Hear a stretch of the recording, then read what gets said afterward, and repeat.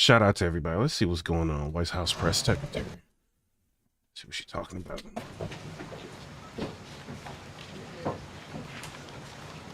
Good afternoon, everybody. Good afternoon. How are we today? Great. Good. During his inaugural address, President Trump promised that America would be a manufacturing nation once again, and liberal pundits mocked him for it. But those critics were proven wrong once again. On the heels of President Trump's Oval Office meeting with Apple CEO Tim Cook last week, Apple just announced its largest ever commitment to American jobs and industry, with plans to spend and invest more than $500 billion in America over the next 4 years. How come we weren't able to get anything like this under Biden and Harris? How come that was something that was unable to happen? Why when Trump comes in, people want to start giving money, spending money like crazy? I see that happening. Over the course of the current Trump administration, Apple plans to hire around 20,000 new workers, creating high-paying jobs right here in America. And the investment isn't limited to one specific region of our country. That is major news. Major news. I like that. $500 billion. So that, and you got Saudi Arabia with $600 billion. Then I can't remember what that other company was. I think they had like $200 billion that they were investing in America. So it's just like investments into America. And then Donald Trump today, he announced he's going to do like an America like credit card. So basically you have to have like $5 million to have this credit card. So it's like a fast track way of getting citizenship, but he's doing that so that, you know, the interest or whatever that's going to be on the credit card is going to be used to pay down the deficit, which is, I think, is genius. That's smart. That's ingenious, really, when you think about it. But yeah, so he's got a lot of plans, man. Kind of interesting. Bringing money back into America fast. Apple teams and facilities will expand all over our country in Arizona, California, Iowa, Nevada, North Carolina, Michigan, Oregon, Texas, and Washington. With President Trump in charge, America is open for business. Apple CEO Tim Cook said it best in the company's announcement. We are bullish on the future of American innovation. On top of this incredible Apple announcement, President Trump already announced more than $1 trillion in pledged investments into the United States. And on another important note, investments in U.S. under President Trump, $600 billion, $500 billion, $500 billion, $20 billion. It's $1.6 trillion investments in the U.S. under President Trump. That's insane, bro. This is literally insane. That's a lot of money Trump's got coming into America.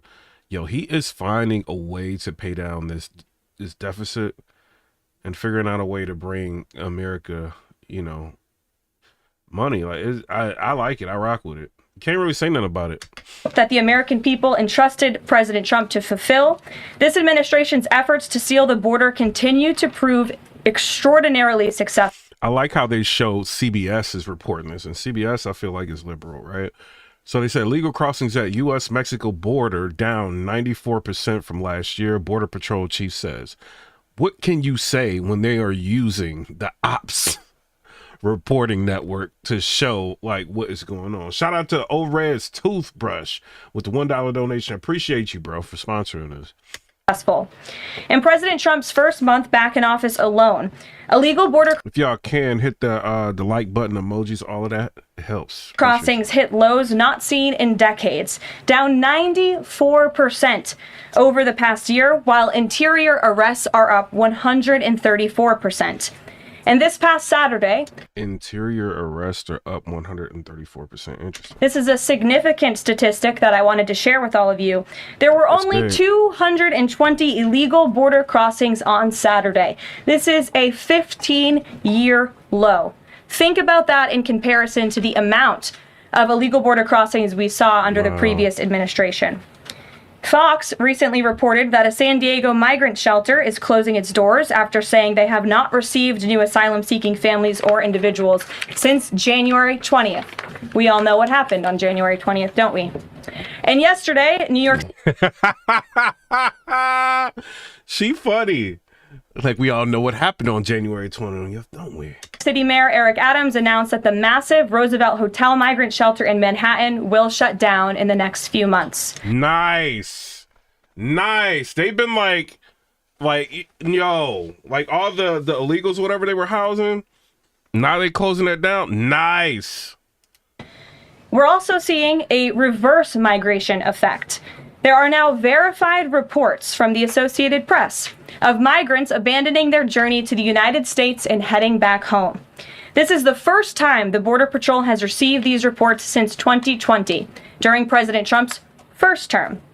The returning migrants claimed in interview. All right, everybody that's watching right now, shout out to Robert Ben and shout out to everybody, right? What do y'all think about this? Do you when you rate this president where he is now versus the previous president, how are you looking at this? Do you feel like this is progress?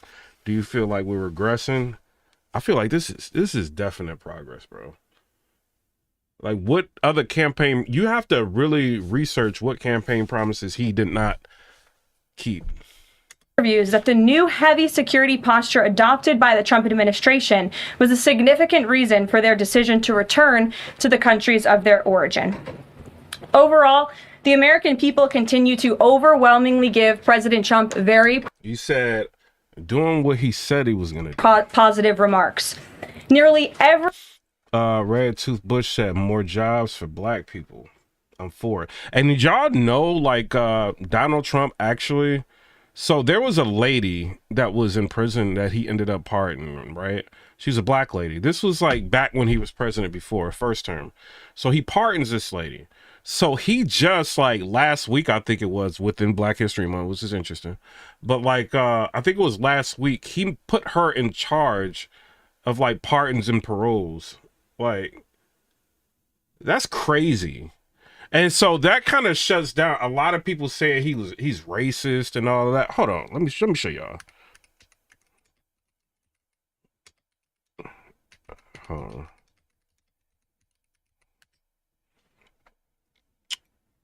Okay, and then I'm gonna show y'all NPR so people can't say, "Oh, you lying." Like, look. So this is NPR. It said, "Who is Alice Marie Johnson, Trump's newly appointed pardon czar?" Right? It says Alice Marie Johnson has been appointed pardon czar by President Trump, a role in which she will recommend individuals for presidential commutations. During a Black History Month event at the White House last Thursday, Trump praised Johnson, who had her sentence commuted and was later pardoned during his first term, as an inspiration to people. Trump commuted her sentence on June 6, 2018, and on August 28, 2020, granted her a full pardon. Before her commutation, Johnson, now 69 years old, has spent more than 20 years in federal prison for a first-time nonviolent drug offense. Here is what to know about Johnson and her plans as pardon czar. A voice for others still incarcerated. Born in Olive Branch, Mississippi, whatever, says Johnson was a single mother of 5 children working at a Kellogg's factory while struggling to make ends meet. In an effort to supplement her income, she turned to the drug trade. The move she described to media was one of the worst decisions of my life to make quick money. It's unclear when she became involved with drugs, but a local newspaper reported that the drug ring operated from 1991 to 1994. And let's be clear, like when they be talking about drug rings and stuff like that, they be making it seem like it's like this big elaborate, like cartel thing. It'd be like little peddly stuff. They just give it like a major name. In 1993, she was arrested in 1993. By 1996, she was convicted of multiple offenses, including money laundering, conspiracy to possess with intent to distribute cocaine, attempted possession of cocaine with intent to distribute and deliver, structuring monetary transaction, and conspiracy to commit money laundering. According to the ACLU, the following year, she was sentenced to life in prison without the possibility of parole, plus an additional 25 years. Oh, that's probably because she black. Johnson maintains that she never sold drugs or engaged in drug deals. Instead, she allowed those involved with drugs to use her phone relayed messages for them, and held money for one of the individuals involved. Lady Johnston, you was involved. During her time in prison, Johnson says she relied on her faith in God, volunteered as a hospice worker, mentored other incarcerated women, and even wrote theater plays. Since her release, Johnson has been a staunch advocate for criminal justice reform, demanding an end to mandatory minimum sentencing laws. She founded the Take Action for Good Foundation to assist others in obtaining clemency. She also published a memoir titled Afterlife, My Journey from Incarceration to Freedom in 2019. Now that I have a voice, I'm going to use it to fight for those who are still incarcerated, who do not have a voice like I have right now, she told the ACLU after her release. Sentencing reform makes sense, and for the sake of humanity, it's time for some common sense politics about sentencing. It's about people's lives. Interesting.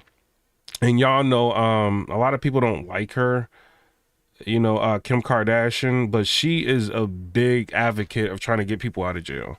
She spends a lot of her own money, like trying to assist with getting people, out of jail who've been wrongfully incarcerated and stuff like that. So I'll say shout out to her. It says reality TV star and businesswoman Kim Kardashian was instrumental in advocating for Johnson's commutation, inspired by Johnson's story. Featured in 2017 video by McMedia, Kardashian called her sentence so unfair in a social media post and advocated for her release.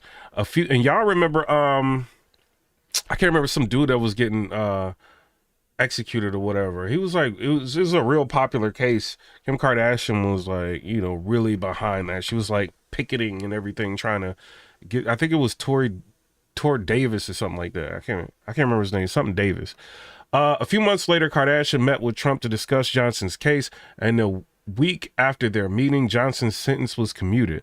When Johnson and Kardashian met for the first time just a week after the commutation, Johnson said during a Today Show interview that it was Kardashian who called her with the news. I love this woman, Kardashian said when they met face to face for the first time. Johnson told the ACLU, the Kardashians involved one of the biggest blessings of my life and felt they both had a heart connection. So, that's interesting. Continuing clemency work as partners are. In her new role, Johnson said Monday she intends to fulfill the trust that Trump has placed in her. He has given me specific marching orders, Johnson said during an interview on Fox News. From the time I've been working on this nonstop since my release, this is really a continuation of the work that I've already been doing. I brought many pardon cases before the president in the past. Johnson emphasized that ensuring safety in the communities is a top priority when making pardon recommendations. She aims to guarantee that those who receive commuted sentences have not just a second chance, but also their best chance of success. I do not want to help people who come home and then at the same time they're set up for failure, Johnson said, adding that there would be follow-up and check-ins to support those transitioning from prison. The check-ins will not be conducted in collaboration with probation to catch them doing something wrong, but to make sure they have things that will help them make right decisions, such as mental health support. Interesting. So shout out to her. She did a lot, man. She's doing a lot. Shout out to her. Every one of President Trump's policy initiatives are receiving strong majority support. And I have noted that in every briefing since Inauguration Day. 81% of Americans support deporting illegal migrant. And somebody said, dang, that's fire. Ace said, yeah, Trump pardoned my guy Duke Tanner from Gary. Oh, really? Interesting. What's up, King Fire? Criminals from our nation's interior. 76% of Americans support the DOGE-led efforts of a full-scale investigation to find and eliminate fraud and waste in government expenditures. Again, this is from a Harvard-Harris poll, a very legitimate pollster. So we got 276 watching. If y'all can hit that like button, it'd be appreciated. 76% of Americans support closing the border. 69% of Americans support President Trump's deporting immigrants who are here illegally and commit crimes. Support, oppose. undertaking a full-scale effort to find and eliminate fraud and waste in government expenditures, 76%, closing the border with added security and policies that discourage illegal crossings, banning men who have undergone operations in hormones to become women in girls' sports, 69%, 31% oppose that? Declaring that there are only two genders, male and female, in all government forms and programs, 68% support. 32% people don't. Eliminating all preference by race in hiring and awarding of government contracts, 65% support it, 35% do not support it. So y'all want people to get contracts just off their race, not because of what they can do. It's interesting. Freezing and reevaluating all foreign aid expenditures and the department that handled them, 63% and 37%. Common sense efforts to ban men from women's sports, as you all know. Yeah, exactly. Noah Ray said it's insane. This is insane. We celebrated that executive order at the White House a couple of weeks ago. 65% of Americans support the president's efforts to eliminate all preferences by race in the hiring and awarding of government contracts, which is another pledge that DOGE is working hard to fulfill. And 61% of Americans, vast majority, support the president's plan for reciprocal tariffs to ensure that... Robert Jones said, oh, bro, do not forget billionaire tax cut. What you mean? Like, did you see that Trump actually wants to close the loopholes for billionaires who own sports teams? Like, he's trying to close up loopholes. Like, Trump's policy, I know, like, a lot of Republicans, we always think, oh, they just trying to, like, help rich. I mean, this is not going to sound like something that people want to hear. I mean, you can't, like, tax the rich like crazy. These are the people that create the jobs. That's my opinion. You know what I'm saying? I could be wrong, but that's my opinion. You can't tax them like crazy. But what he's trying to do is close loopholes for billionaires so that they pay some of their fair share of taxes. That's not bad, right? He's not trying to kill them with taxes, but he's trying to make sure like certain loopholes is closed up. What Trump is geared towards is trying to make sure we can pay this deficit down. That is what he's geared towards, bringing manufacturing back to America, bringing money back into America. He already did it. She showed, what is it, 1.4 or 1.6 trillion dollars of investment coming into the United States. That's big. He's trying to make investments coming to the United States, tax cuts for people who work overtime. That's like middle class and under, right?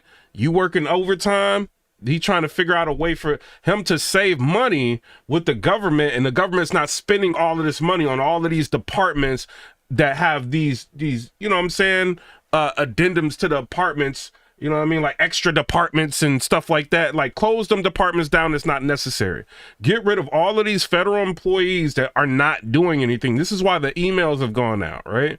Remember, like, oh, well, emails went out and people are upset. Elon, all these people, like, they're getting emails, right? They sending them emails saying like, yo, show what you have done for the government. Show 5 things that you've done for the government within the past week of working. You know what I mean? Like, I mean, me working a job, I could, like, where I work at, I can give them, like, mad things I've done. People are not replying to the email, not reading the email. You are a government employee. Why are you not reading your emails? Everybody got a phone. I got a phone sitting right here. Like, one thing you're going to check is your emails. Like, why are you not checking your emails? So it's like, I don't know, man. You know, he's trying to, he's minimizing waste. He's got DOGE, Department of Government Efficiency, doing a forensic audit on the Treasury Department, which he said he's going to have them do on the military and like other departments, right? They're saving money hand over fist, right? So when he goes to the table and he talks to Congress and he's like, yo, I want to do no taxes on overtime and no taxes on tips, they will be more, you know what I mean, willing to just go ahead with what he wants to do. You know what I mean? Like, because he's making moves to change it. He's not business as usual as a lot of these other what Trump represents is change. This is what's scaring people. Even people like, you know, who have Stockholm syndrome, right? From the Biden-Harris regime. Like, they did nothing. They had high interest rates. The borders were open. All of that was going on, right? They were just giving all of our tax money to different countries and all of that was going on. Getting nothing in return. No minerals. No, you know, amount of money going out in the form of loans. They just giving people money, right? He's trying to change that. And people who have Stockholm syndrome is like, no, we need more of that, what Biden and Harris was doing. Like, how does that even make sense? He's trying to stop the war between Ukraine and Russia. And now we're figuring out Zelensky don't want to stop the war, right? No matter how many times he say he want to stop the war, Trump and Vladimir Putin are willing to sit down and figure out a way to have this war ended. And Zelensky goes ahead and does an interview, and we reacted to it, and him saying, "Oh, we don't whatever that they talking about. We're Ukraine, we're our own people, whatever. Like we ain't gonna abide by that." What? And you just got like $600 billion from Americans, and you don't want to like hear what we got to say about that? Zelensky wants to continue the war, and then demanding that the United Nations end up giving him like $200 billion. Has he lost his mind? But when you had Biden Harris running it. Hey, Zelensky just come here, catch $1 billion and go back. You know what I mean? To his country. Like, money was free flowing for him. Trump like, nah, bro, we ain't about to keep giving you all this. We need to end this war. It's expensive. It's costing people money and lives. We don't want people to keep losing their life. Your cities are being decimated. Are you not paying attention?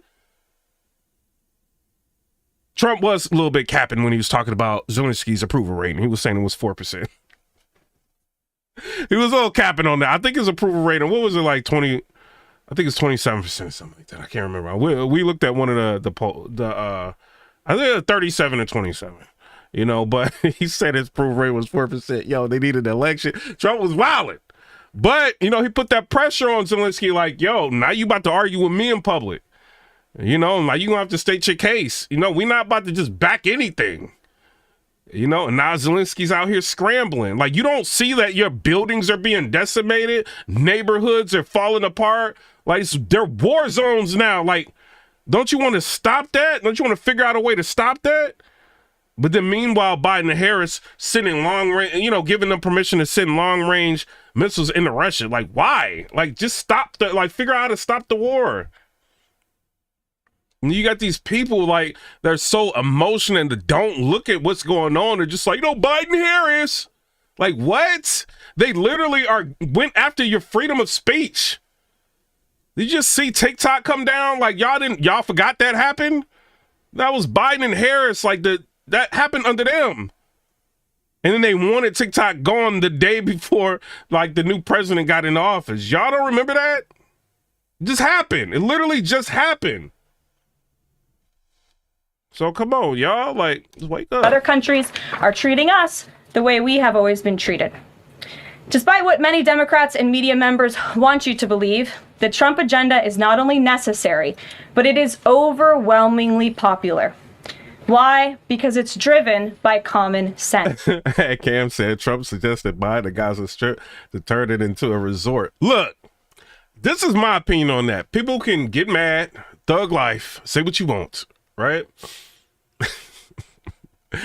if Israel and Hamas got this problem that's been going on for like how long, that's starting to become an expensive issue.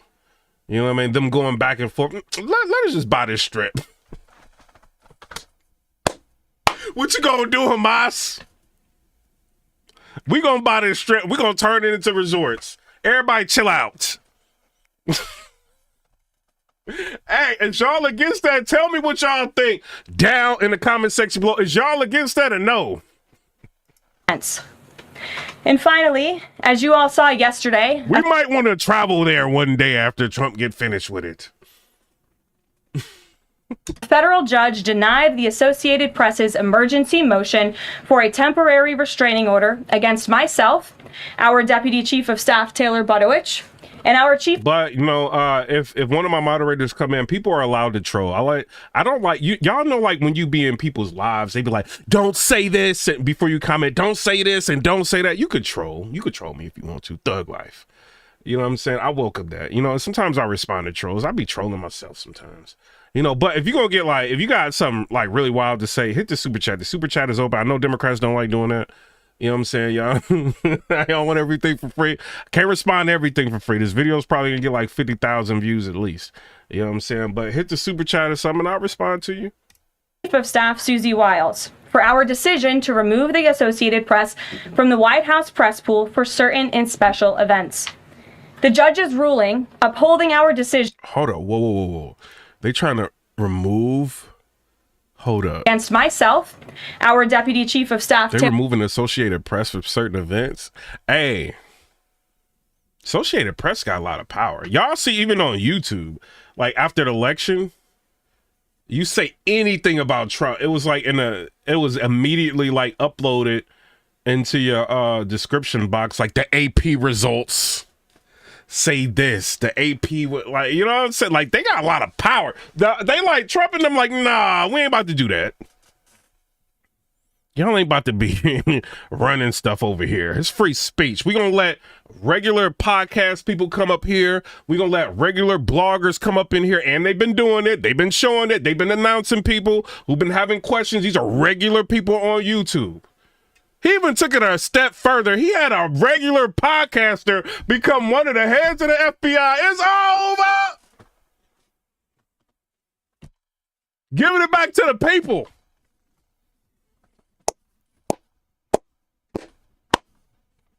Thug life. Let's listen. Taylor Budowich and our Chief of Staff Susie Wiles for our decision to remove the Associated Press from the White House press pool for certain and special events. The judge's ruling upholding our decision to deny the Associated Press such privileged access reinforces. Yeah, why do they get privileged access anyway? Like, why y'all think, like, who y'all think y'all is, Associated Press? Like, for real, like, what y'all wow, like, who you think you is, bro? You ain't about to get a whole bunch of privilege up in here, dog. Like, we ain't doing that. Like, who is you, dog? No. You ain't getting access to X, Y, and Z. Take it up with the judge. And then the judge ended up upholding the Trump's administration. Shout out to You Tried 215 said, like, subscribe, notification bell, share the live. Thug life. Also, if you at me on Twitter and you share the live, I will retweet you. I got some pretty popular rappers and stuff that follow me. They might see y'all. So go ahead and hit me up on Twitter, share the live, at me in it, and then I'll retweet you. This is the truth. And it reiterates what I said from this podium last week when that suit was filed. Asking the President of the United States questions in limited spaces, such as the Oval Office and... Hold on, I'm showing y'all I'm doing it too. Hold on, let me show y'all this. I don't just be saying stuff. Hold on, I'll just be saying this stuff. Somebody just, it's my notification. Somebody just added me. Retweet it. Air Force One is a privilege that unfortunately has only been granted to a few. It is not a legal right for all. The Trump administration has already proven to be the most transparent ever, and this president, the most accessible in history. This is evidenced by President Trump's daily press conferences in the Oval Office, where he takes many questions from the journalists who have the honor and privilege of standing before the beautiful Resolute desk. The president and this entire White House are committed to ensuring the American people continue to receive this same level of historic transparency, access, and visibility. And hold on, wait. Justin eBay said, you want the press to carry your stories but throw a fit because only America uses the Gulf of America. Sarah said, freedom of speech unless you disagree with President Musk. Yo, hey, my comment section is ruthless. They don't care. Shout out to my comment section. Doc 81, he said, give it to the people he wants to give it to, people who won't hold him accountable or push back. Look, bro, if you put anybody in office, like even when Biden had people in office, when you put people in office, they're not going to give you like a ton of pushback. Like you can like take their job away from them. Like you're the president of the United States. Like that's a normal thing. Like that's not like, I mean, that's a normal thing. So, but you know, I think he's got people in there that are very headstrong. Name one person that he's got in office right now that's not headstrong, that won't like get on the phone with him and talk to him. Name one person. You don't think Elon Musk would get on the phone and talk to him if something came up? He would. He said, I talk to Trump all the time, every day. Right? You don't think Tulsi Gabbard, like, hey, she was in a military, dog. Like, you don't think she gonna call him and something go down and talk to him? Maybe she disagrees with something. You don't think she gonna say nothing? Didn't you see her eat Kamala Harris alive in the debate? Chances are she gonna give you a little bit of pushback with something. As far as RFK, like, we know that's a Democrat, dog. He don't care who you are. Like, he is for the American people, like RFK. I'm not talking about Democrats. I'm talking about RFK, right? Like him as what he represents, like regardless of party, he himself, right, he's shown all of his life that he is for the American people. I think he would give the president pushback if necessary. You don't think Vivek would give any pushback? You don't? Like, come on, man. In fact, we want to double down. You don't think Patel got that attitude like he don't care? He don't care. He'll say anything, do anything. He'll post memes. Remember when they went in on Patel? Like, because he reposted a meme that had like a chainsaw, like cutting down the like different departments of the government. We reacted to that guy like it was going off on Patel for that. He don't care. Like, he'll probably get pushback if necessary. Like, come on, y'all. And give even greater access to the American people. We want more outlets and new outlets to have a chance to. Ben Wynn in the comment section said Trump and Musk making America great again.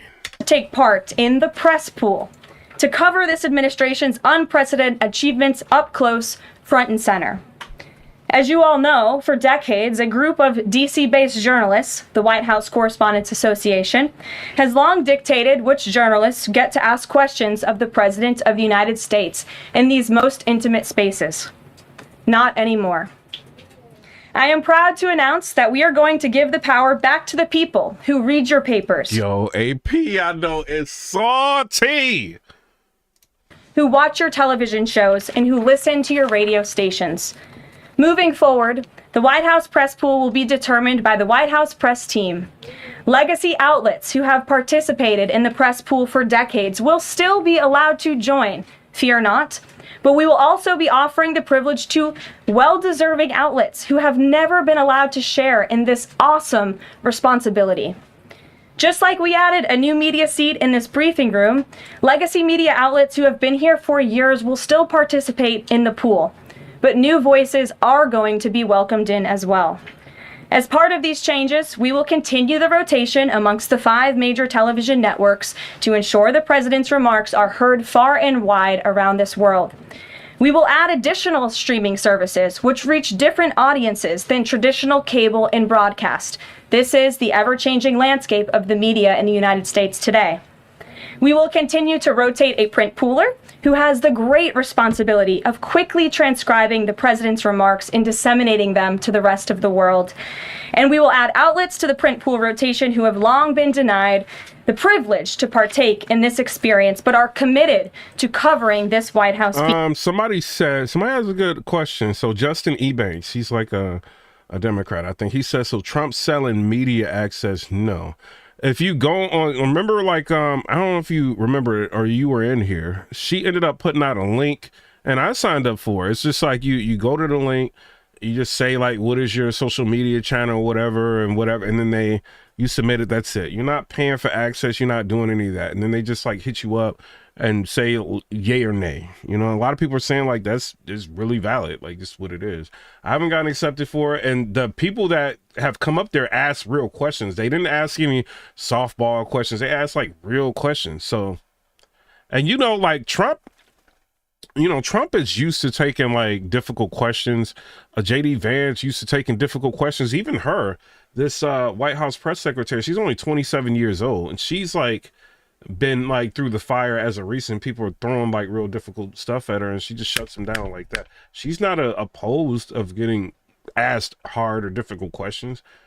So, you know, I mean, I think it's a good idea. I mean, do you guys you want a continuation of business as usual in the White House and in America? Like, or do y'all want like real change that you can see? I'm just asking people, like, what do you think?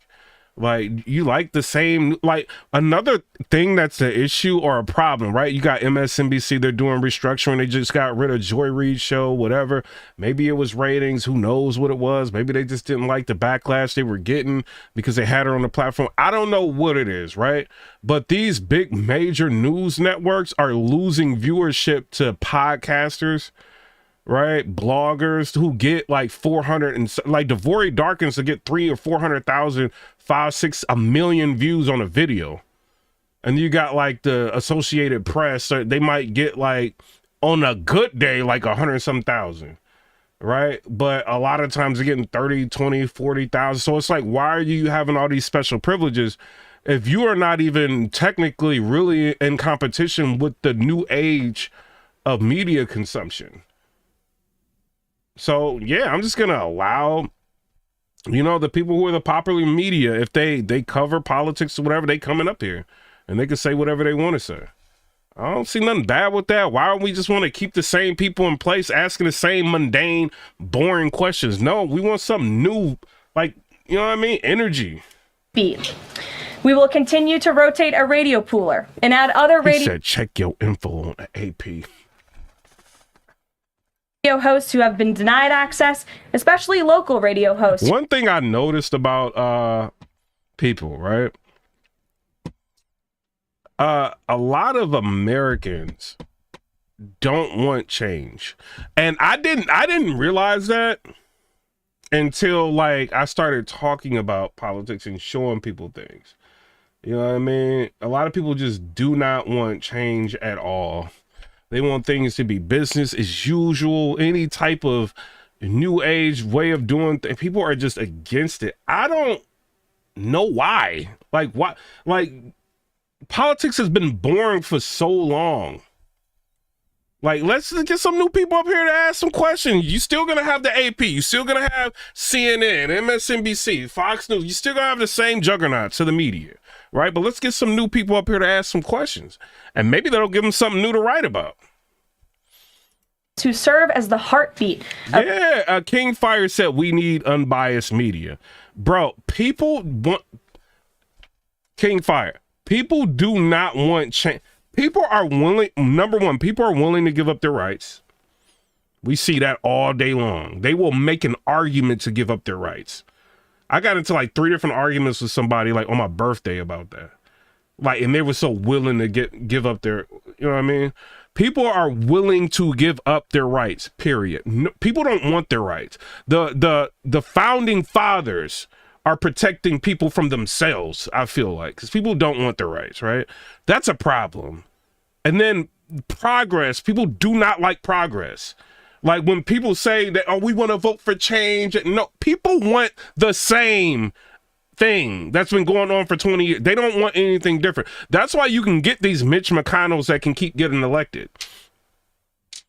Or the Nancy Pelosi's, or you get the AOC, you know what I mean? You get people like that. It's like people don't want change. They want the same old what they know. And they don't care. They don't care if they're not even, they don't care if there's videos showing you in your face they're working for somebody else and not the people.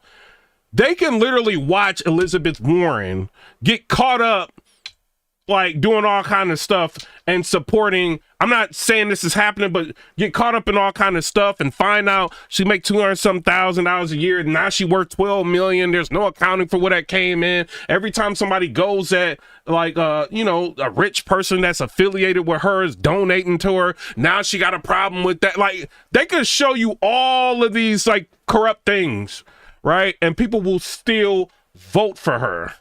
It's crazy. It's literally crazy. Of our country. And we will add additional outlets and reporters who are well suited to cover the news of the day and ask substantial. Dawes said, I give up. Jesus saves. And then Phil said, you are very correct, sir. Phil, why do you think that is? Like, why do you feel like people want to regress so bad. And I know like the human brain is like geared towards homeostasis, right? So you want to be like safe and, you know what I'm saying, everything operating is normal, you know what I mean? To buy everything, you know what I'm saying? Like your brain doesn't want you to get out of your comfort zone. So if you're comfortable with a certain amount of corruption, you're going to deal with that rather than take a chance on something else. Even them showing you Elon Musk, the Department of Government Efficiency posting every other day or every day, right? They're posting, showing you all of the millions of dollars they're saving. Oh, well, we're not getting the $1 million, so who cares? So what? He just saved 300 million. Who cares? We're not getting that. But we want Elon out.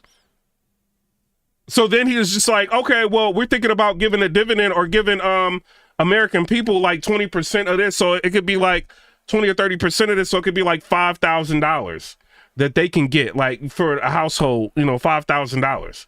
And then we use the rest of the money to help pay back the deficit and stuff like that. But we feel like the taxpayer should get, you know, some of the money back. Oh my God. Now he wants our banking information. It's like, what do you want? Then it be the same people who are against Elon Musk. I see y'all online right now on TikTok. All y'all that was talking crazy about Elon Musk and Trump are doing videos. We think that, how are we going to get our money? No, keep the same energy. You don't want him like having access to nothing. You don't want like, no, you don't get no money. That's how we should play that. Everybody want to be against progress. How many times have people been saying, oh, we spend all this money in tax money and they're misappropriating our money and we don't know what's going over here to this country and that. Everybody been saying that, right? We need to get our money back. Elon Musk like, oh, we figured out a way to get y'all money back. Oh my God. Now somebody that's from South Africa wants to give us our money back. We can't trust Elon. Like what? You just want to like regress so bad. Questions of the President of the United States, depending on the news he is making on that given day. This administration is shaking up Washington in more ways than one. That's what we were elected to do. As I have said since the first day behind this podium, it's beyond time that the White House press operation reflects the media habits of the American people in 2025.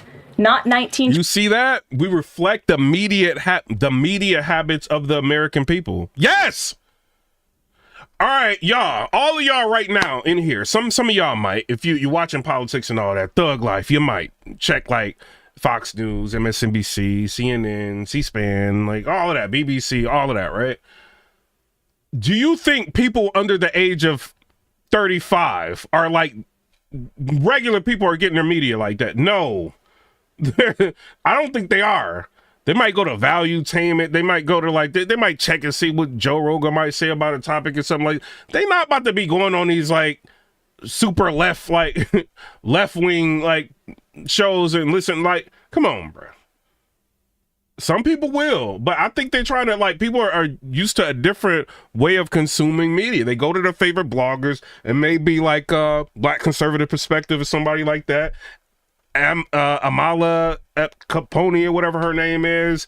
They might go, you know what I mean? Different people, Anton Daniels, like they might go to different people for media consumption on what's going on in politics. Not a lot of people, you know what I mean, that I know even like watch them old type like media networks because they all know they corrupt. Some of them. And then you finding out I don't even want to go into that. USAID allegedly like giving kickbacks to media companies. I don't even want to go into all that. And then you find out why they've been going so crazy, like trying to support USAID. It's crazy, bro. So and somebody said Sean M said I'm good. Texas says they play CNN at the airport. 25. A select group of DC-based journalists should no longer have a monopoly over the privilege of press access at the White House. All journalists, outlets, and voices deserve a seat at this highly coveted table. So by deciding which outlets make up the limited press pool on a day-to-day basis, the White House will be restoring power back to the American people who President Trump was elected to serve. So in that note, in our new media seat today, we have Shelby Talcott, who is a White House reporter for Semaphore. In 2022, Semaphore launched as a global digital news platform with the aim of bringing meaningful innovations to the news industry. Today, they have nearly 1 million newsletter subscribers spanning 11 separate editions. With that, Shelby, I will take your questions. Thanks, Carly. I've got My bad. I'll be commenting and talking to people that's not even subscribed. I just checked. Like, I'm gonna talk to you. At least be subscribed. two for you. One on foreign policy. Over the weekend, the president's special missions envoy, Rick Grenell, was talking about Venezuela, and he said that the president isn't someone who wants regime change. Other administration Also, officials if y'all can stop playing, hit the like button. Be appreciated. have made clear that they don't see Maduro Double as tap the screen. Stop playing. And I can see if y'all hitting. I see somebody hitting the hundreds. And I can see that on my end. Y'all keep playing, bro. Stop playing. the rightful leader. What is this administration's policy on a new government in Venezuela? I think the president has made his position on Venezuela quite clear. He stands in opposition to the Maduro regime, and Secretary Rubio has spoken on this extensively as well. And then on DOGE, last night Elon Musk said that a failure to respond a second time will result in termination. Will there be additional rounds of the did you do this week email from DOGE to federal workers? And what's the guidance on the federal workers who've been instructed by their agencies not to reply? So a couple of things on this. First of all, let's just take a step back and talk about this idea. Miller in the subscription section, in the comment section, 215, he said, CNN gets no play on my TV. The president sent out a truth last weekend to Elon Musk saying he loves everything Elon is doing and he wants him to be even more aggressive because DOGE thus far has proven incredibly successful in making our government more efficient. And so Elon and DOGE came up with this idea. Elon has implemented this at his private companies. It has proven successful. And it's a very simple idea when you think about it. All the Office of Personnel Management is asking, all this administration is asking, President Trump is asking, is for federal workers who live off of the American taxpayers' dime to send 5 bullet points of what they have done in the previous week. That is crazy that Levitt just said that, right? Because people are like, oh, they're trying to fire people. Bro, these people are listen to me. They're paying their mortgages, their rent, their cars, their everything, food, everything off of our tax money. We work hard for it, right? We got to go work to get money, right? These people have been sitting at home, some of them, and ain't do nothing. And they so lazy, they don't want to answer an email. And all they're asking them is, yo, name 5 things that you've done. What is it within a week? You know, since you've been on the job, 5 bullet points on 5 things that you, oh my God, they're trying to make me do work. This is terrible. Do you know I wish I could go to work and not do nothing? That ain't the type of job I got. I got to work. You know what I mean? So it's like, it would be nice to like, you know, oh, you want me to go to work and do work? Who you think you is? Like, it'd be nice. But I can't do that. You probably can't do that. Well, what you do for a living, right? Why do they have the privilege to live off of us? The government ain't thug life. The government is getting money from us, right? So who they think they is? They could just live off of us and then not have any accounting of what they do for their money. Then they're finding out. This is a rumor. We don't know if this is true or not. I just want to put this out as a rumor, right? Some people are, and who was just talking about this? Was it Trump? Anyway, we're going to say it's a rumor, right? Some people are working for the government, ain't doing nothing, sitting on their butts, right? But working for another job at the time that they supposed to be working for the government. Like, what? And this is why I think they got problems, some of them, to why they can't give 5 bullet points on what they have done within the past week. Beantown said, don't y'all, like, bro, one thing that bothers me, shout out to the comment section, right? I see y'all, we about to get to y'all. One thing that bothers me about working in general, it doesn't matter what job, I'm not picking on any job that I've had. When I'm a type of person, I come to work on time, right? On time, or maybe 5 minutes before. I ain't one of these weird people to be coming like 30 minutes before. If you do that, you ain't got no life, you can do it, whatever. Maybe you need to get some money, that's different, right? 10 minutes, 5 minutes before, that's it. But I'm on time. Very rarely am I late. Hit the like button. Shout out Thug Life. Very rarely am I late. Almost never. I think within a year, I've been late twice. And by late, I mean 5 minutes. Right? I don't be late. I plan accordingly. The only time I think I had like a legit nail in my tire. I had to go get it fixed, but I ran to, you know what I'm saying? Went to the store, you know what I'm saying, and argued with them, finally got them to fix my tire and went back to her. I was like 5 minutes late, right? But I plan accordingly. I leave early, all of that, to give me time in case something happens. How do y'all feel when you go to work and it's always somebody 20, 30 minutes late? And then when they on the clock, they don't do nothing, right? That happens a lot. Some of them people be getting promotions and like... Like, how does that feel? Does it feel good? Like you're doing the right thing. You on time.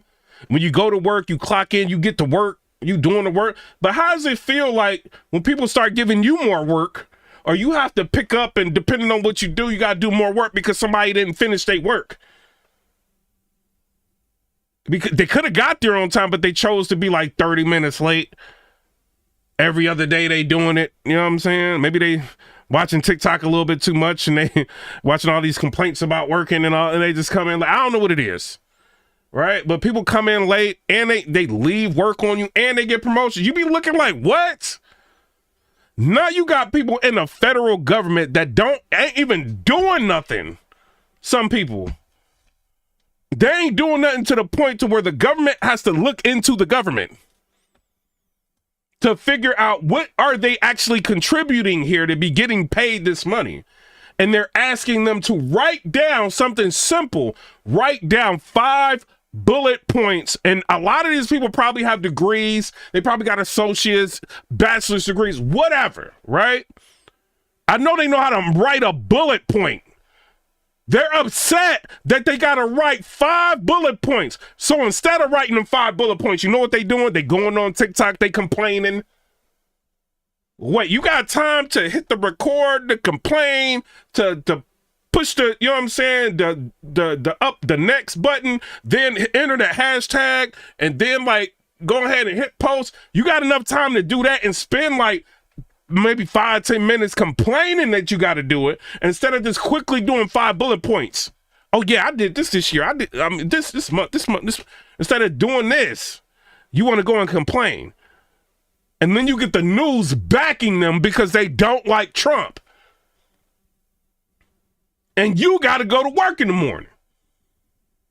You might some people be getting anxiety. They got to go to work because they be working.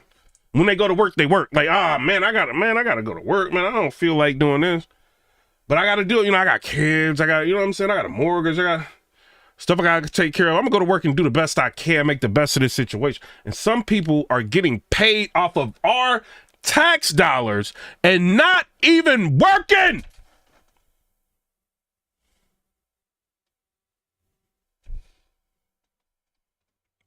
I should have got a government job. I should have.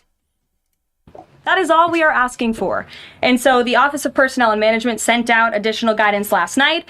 Those responses should be directed to agency leadership, and the president defers to his cabinet secretaries, who he's obviously entrusted to pursue the guidance relative to their specific workforce. And for some of the agencies that you've seen who have said, please don't send these emails, it's in their best interest for that specific agency, and the president supports that. And let me be very clear, the president and Elon is his entire cabinet are working as one unified team, and they are implementing these very common sense solutions.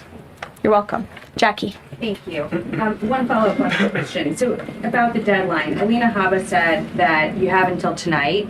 Elon Musk said a failure to respond a second time would result in termination. So is that a real deadline? Should federal workers be looking to that guidance, or should they be looking to the agency heads? Like, what is the actual deadline? So again, the agency heads will determine the best practices for their employees at their specific agencies. Again, this was an idea that Elon come up with. DOGE worked with OPM to actually implement the idea, and the secretaries are responsible for their specific workforce. And this is true of the hirings and the firings that have taken place. Yeah, somebody in the comment section, Beantown, said spoiled. And then Six said, my sister worked for the IRS and worked from home for the past like 5 years or so. I know for a fact she would literally spend all day running around doing errands or hanging out with her friends. Bro, but to watch some of these people who work for the IRS on TikTok complaining, oh, they're trying to take money from our families, and oh, they don't understand we got to feed our families and all. But do y'all understand when y'all auditing people? What you think taxes is? You think y'all ain't taking money from our families? What you think? I mean, like a Shaquanda or something like, yeah, she gonna get like a big like return.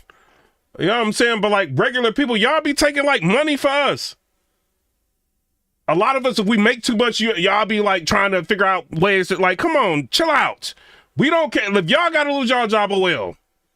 I don't want nobody losing their job, but IRS, I ain't really got a big heart for y'all.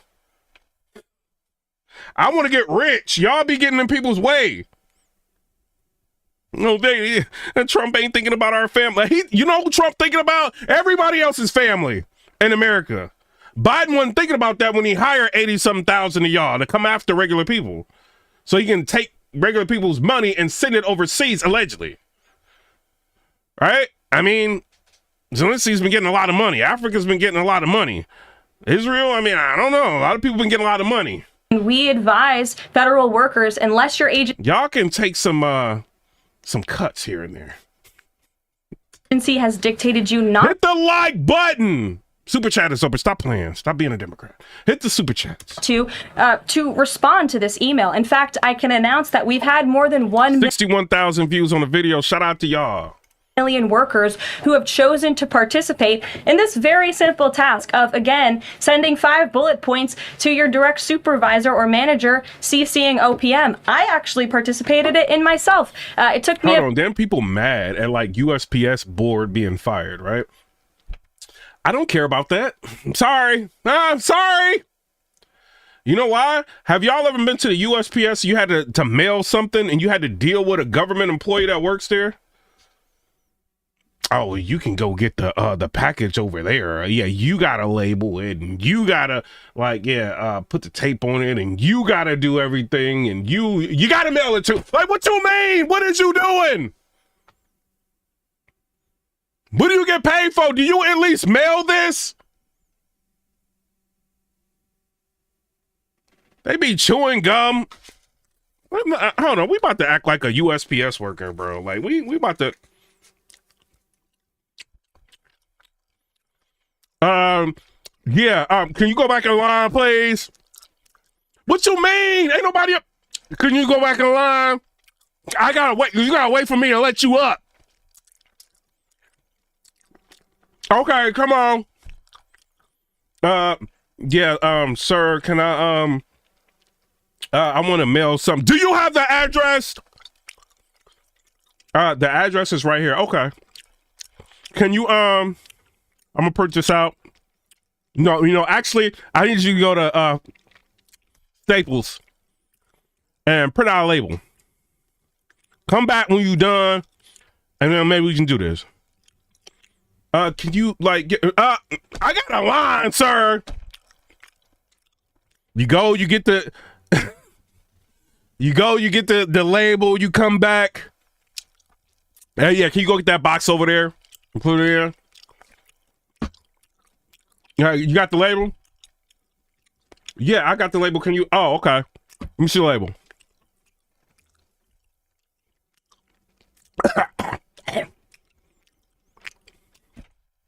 He really got a label. He got a label.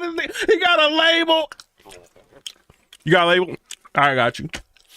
You got some tape? Because I got to put this label on the box. You ain't think of doing that?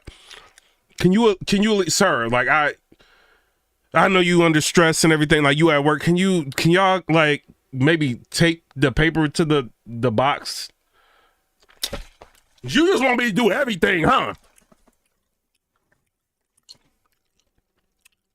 Where's your manager at?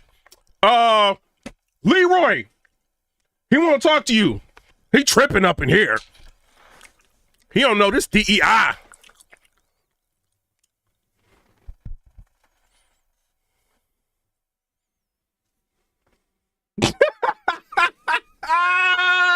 Y'all mad that they getting restructuring?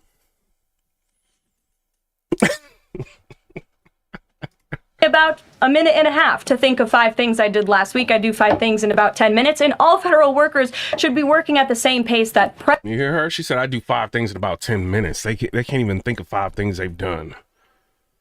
President Trump is... Y'all, look, bro, you ever got something, thug life? Y'all ever got something like if you unfortunately, if you're in a situation, you got to buy something from eBay, right? You get something from eBay and the shipping takes so long from USPS, it'd be like a month later and you finally get what you want. You forgot you ordered it. That's how long it'd be taking. Working and moving. I would rather go to UPS. And if Trump is going to put people in there to kind of help it be a little bit more efficient, I'm with it. Because then UPS will have more competition. Hey, they might actually lower prices. Like, yo, USPS, they getting faster with delivery times and all this. We might have to lower prices to bring people in here. That's how I'm thinking about it. So if Trump wants to fix that, fine. I'm not mad at that. Every time I go to the USPS, I'll be not happy. We have a country to save, and we want this federal government to be responsive to the needs of... I like how she said that. Hit the like button. Stop playing. We got a country to save. The American people who reelected this president to have historic, massive reform. And that's what the intention of this idea is. Can you clarify one thing, though? Because Elon Musk also said that a reason that they wanted this 5 things email was just to see if people are actually alive, citing that there are some federal workers who might not even be alive. So, meantime, NBC is reporting that these responses are going to go into an AI generator to evaluate whether these... Oh, that's interesting. Yo.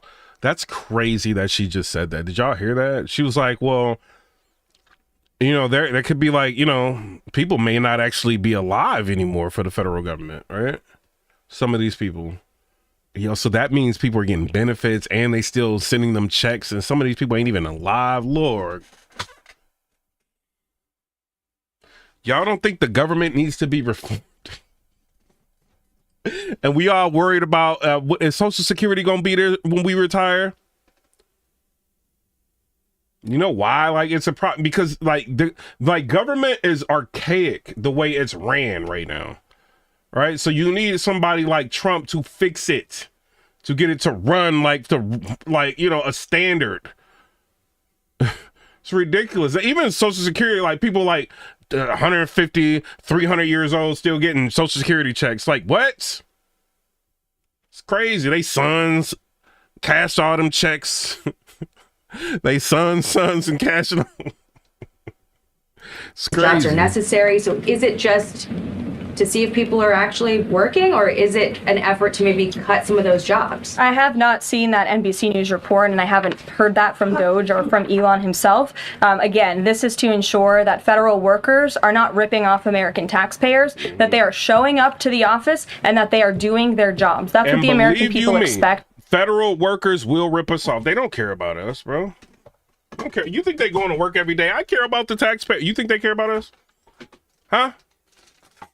Do you?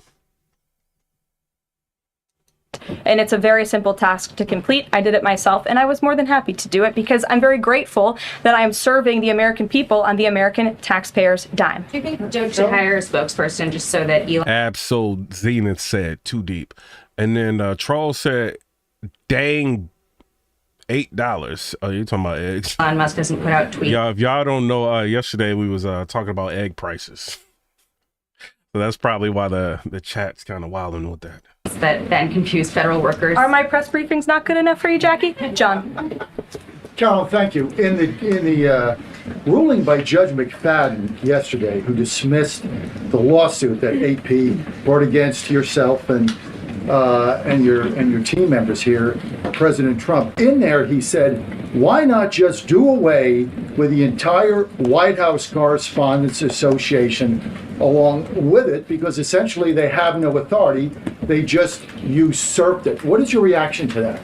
Well, first of all, John, it's great to see you. And you are one of those individuals who has you're on a streaming platform that hundreds of thousands of people tune into every day. So it's great to see you in the briefing room. I did address that actually in my opening remarks. You hear what she said? Hundreds of thousands of people tune into you every day. She's very well aware of who these people are. Announcing that the White House press team in this administration will determine who gets to enjoy the very privileged and limited access in spaces such as Air Force One and the Oval Office. There are, as you know, look at this room, hundreds of journalists who show up to this building every single day and are not granted that luxury of flying on Air Force One and asking the President of the United States questions. And so we want to ensure, again, everyone has a seat at that highly coveted table. But alas, the legacy media outlets who have been doing this for quite some time and have invested resources into covering the White House, their spots will remain, just like they have in this briefing room as well. Sure. Steve. Could you give us an update on the negotiations around the Ukraine minerals deal, and when is President Zelensky going to come visit? So the president talked at length about this yesterday, the critical minerals deal with President Macron, and in the more than hour-long press conference he gave all of you in the Oval Office himself. There hasn't been significant updates since the president's remarks last night, but I will just reiterate his position. It's critical that this deal is signed. Evie, she said, at least I hit the like button. Y'all whack. Shout out to Evie. Expects President Zelensky to sign a deal. This is to recoup American tax dollars that have been funding Ukraine's national defense. And it's also great for the Ukrainian people who have been put through hell because of this war. And it will create a lasting economic partnership as Ukraine will need to rebuild their country because of this brutal war. And just to follow, has Steve Witkoff delayed his trip to the Middle East so he can concentrate on this minerals deal? I don't want to comment on Mr. Witkoff's travel plans or read anything out just for obvious reasons, but he, remains very much working. That man is working around the clock to secure this deal with Russia and Ukraine alongside Secretary Rubio and Secretary Bessent, General Keith Kellogg. He's also working very hard to secure a peace deal in the Middle East as well. So God bless him, and he's working alongside the president every single day. Sure. Thanks, Caroline. The president's executive order creating DOGE called for the naming of a DOGE administrator. Who is the DOGE administrator? So the president tasked Elon Musk to oversee the DOGE effort. There are career officials and there are political appointees who are helping run DOGE on a day-to-day basis. There are also individuals who have onboarded as political appointees at every agency across the board to work alongside President Trump's cabinet to find and identify waste, fraud, and abuse. And they are working on that effort every day. So is Elon Musk the administrator? Reagan. Thanks, Caroline. I have two for you today, one on the border wall and one on the DHS investigation. Sure. First on the border wall. Border wall construction has restarted in Texas and California under contracts awarded under Trump's first term. Is the president looking to secure new contracts, and how is he defining success in terms of border wall construction this administration? The border wall is a signature promise of President Trump's campaign. He talked about it way back in 2015 and 2016, and people laughed at him for bringing up this idea. It's proven to be not only an idea that he delivered on in his first term and continues to deliver on in the second term, but it's also proven to be highly effective.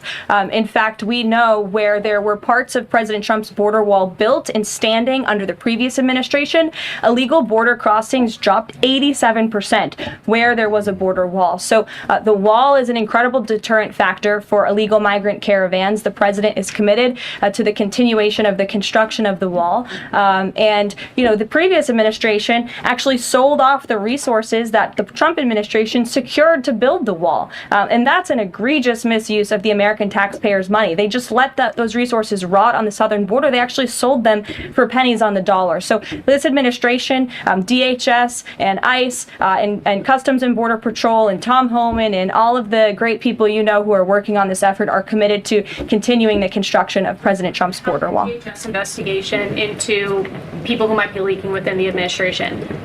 Will the White House release the names of the individuals that DHS Secretary Noem said were caught leaking details of the ICE raid? And can you share how many leakers have been caught so far and what agency they were a part of? I would defer you to DHS on the leakers that they have identified, but I know the president and this White House commend Secretary Noem for launching an internal investigation to identify those leakers because it's unacceptable for career bureaucrats who are standing in the way of the will of the American people and enacting President Trump's agenda.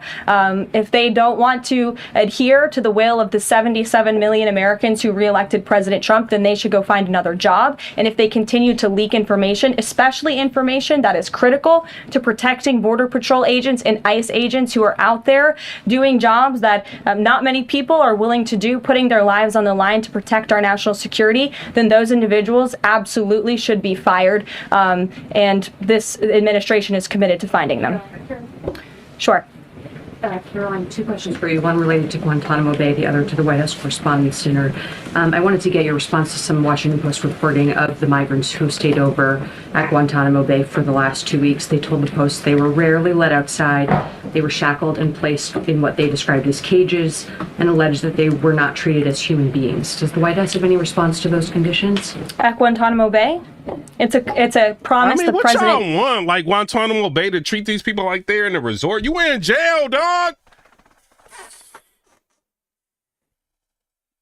Am I going too far with that? Y'all tell me what. Like Guantanamo Bay, like I see the hundreds, I see the hearts, all of that. Shout out to y'all. Like it's Guantanamo Bay, bro. This is not like the Windmill. Like what is y'all doing, bro? This ain't like. It ain't Shawshank Redemption, like, but it's like, come on, man, it's not a resort. You in jail, bro. If y'all keep making jails more comfortable, people ain't gonna care about going to jail. There's a reason why people in Russia don't want to go to jail. Like, America, it's like, man, I'm gonna come there, I'm gonna break all the laws, I don't care. Going to jail is like a resort. Y'all trying to make living in jail like better than living outside. Y'all be wildin'. Who cares? They in jail, dog. Campaigned on that if you invade our nation's borders, if you break our country's laws, and if then you further commit heinous, brutal crimes. But have y'all seen some of these federal prisons? Like, you ever like go down the YouTube wormhole, you watch Cops, next thing you know, you watching like Locked Up, you watching like all, like some of these federal prisons look like retreats. They be having tablets and Wi-Fi. You be like, what? It's crazy, bro. Crimes in the interior of our country, like raping and murdering innocent law-abiding women and girls and committing heinous acts of violence, then you are going to be deported from this country and you may be held at Guantanamo Bay. These are criminals we are talking about. Don't forget that. Yeah, thank you. These are criminals we're talking about. Don't forget that. I like she said that. Sure. I mean, some people don't be committing all these crimes. They be getting trumped up charges. I ain't talking about y'all. I'm talking about but like these people that just like plotting, I'm coming to America and taking over. Like, all right, we got a Guantanamo Bay for you over here. Come check it out. Like, they about to add jacuzzis in the Democrats be like, oh, well, they should have jacuzzis like everybody else.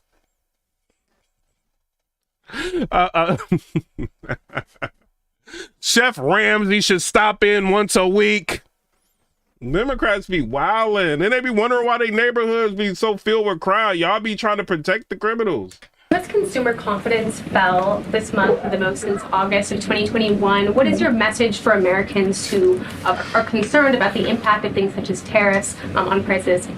Yeah, sure. Well, thank you for that question. It's obviously an important one. The president campaigned on reigniting the Trump economy and fixing the mess that was created by the previous administration. We know they created an economic and an inflation nightmare for the American people, and I'm not going to stand. A subscriber in here, Johnny Harris, he said, "You mean they don't have Grey Poupon at Guantanamo Bay?" Look,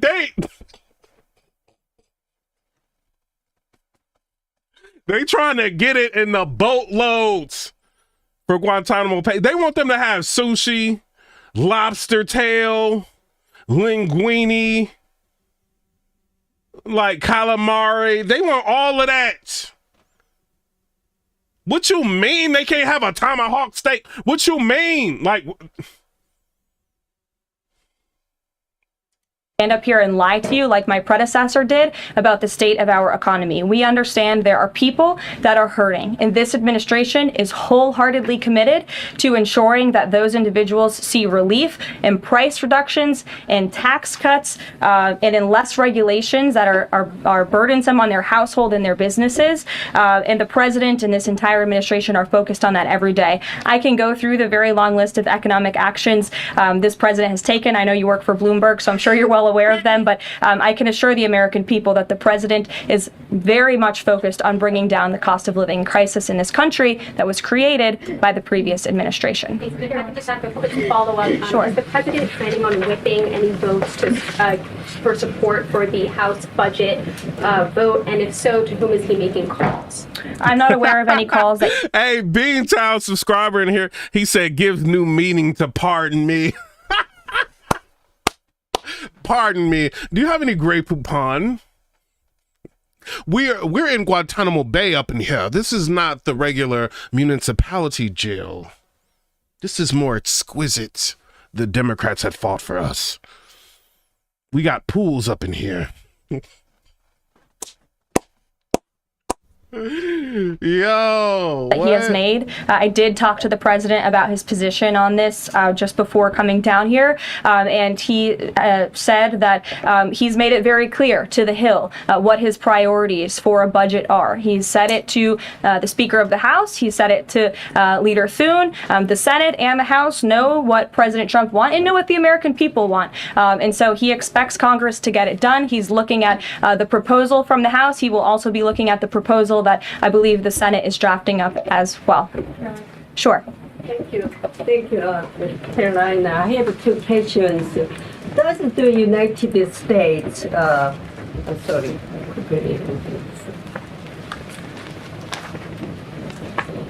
Well, why don't you identify your question and I'll come back to you. Sure, go ahead. So, what guarantee that Israel will withdraw from Lebanon soil after 2 weeks, as the ceasefire terms indicates? I'm not sure about the guarantee that you're referring to. I can tell you that this administration remains very much engaged. We know the deadline for the Phase 1 ceasefire is imminent. So Steve Witkoff, whom I mentioned earlier, and the president's administration and his team and the president himself remain very much engaged. We want to see the ceasefire continue, and the president has made it very clear he wants to see all of the hostages who have been held in captivity in Gaza returned home. Jeff. I was wondering. Yeah, and Trump put out like a real warning to Hamas, like, we don't want like sprinkles. We want everybody back. Like, stop playing with us. I like how you be demanding them to do their job. Is Elon Musk going to attend the president's first cabinet meeting tomorrow? He is, as a matter of fact. I spoke to the president about that before coming down here as well. And Elon, considering he is working alongside the president and our cabinet secretaries, this entire administration will be in attendance tomorrow just to talk about DOGE's efforts and how all of the cabinet secretaries are identifying waste, fraud, and abuse at their respective agencies. We look forward to the meeting tomorrow, and I think you'll be hearing from the president and his cabinet where they're on campus tomorrow. I hope you guys are excited. Since some of those cabinet members were caught off guard by the email, nobody was caught off guard. A few departments said they were caught off guard. The FBI was, the DOJ was. Did anonymous sources say that, or did the cabinet secretary say that? The cabinet secretaries and others have said that they were not aware that this was happening. So I'm wondering, will there be a give and take tomorrow at the cabinet meeting? Is Elon Musk or the president open to any type of dialogue about who is actually in charge of the chain of command of these workers? I would reject the premise of your question, Jeff. The cabinet secretaries have not said that. I know anonymous sources, probably career bureaucrats, have leaked that to many of you. Yo, she really going off. Shout out to Carolyn. She is going off in this. Like, bro, I would be drinking so much coffee. They be asking me so many questions. I'd be like,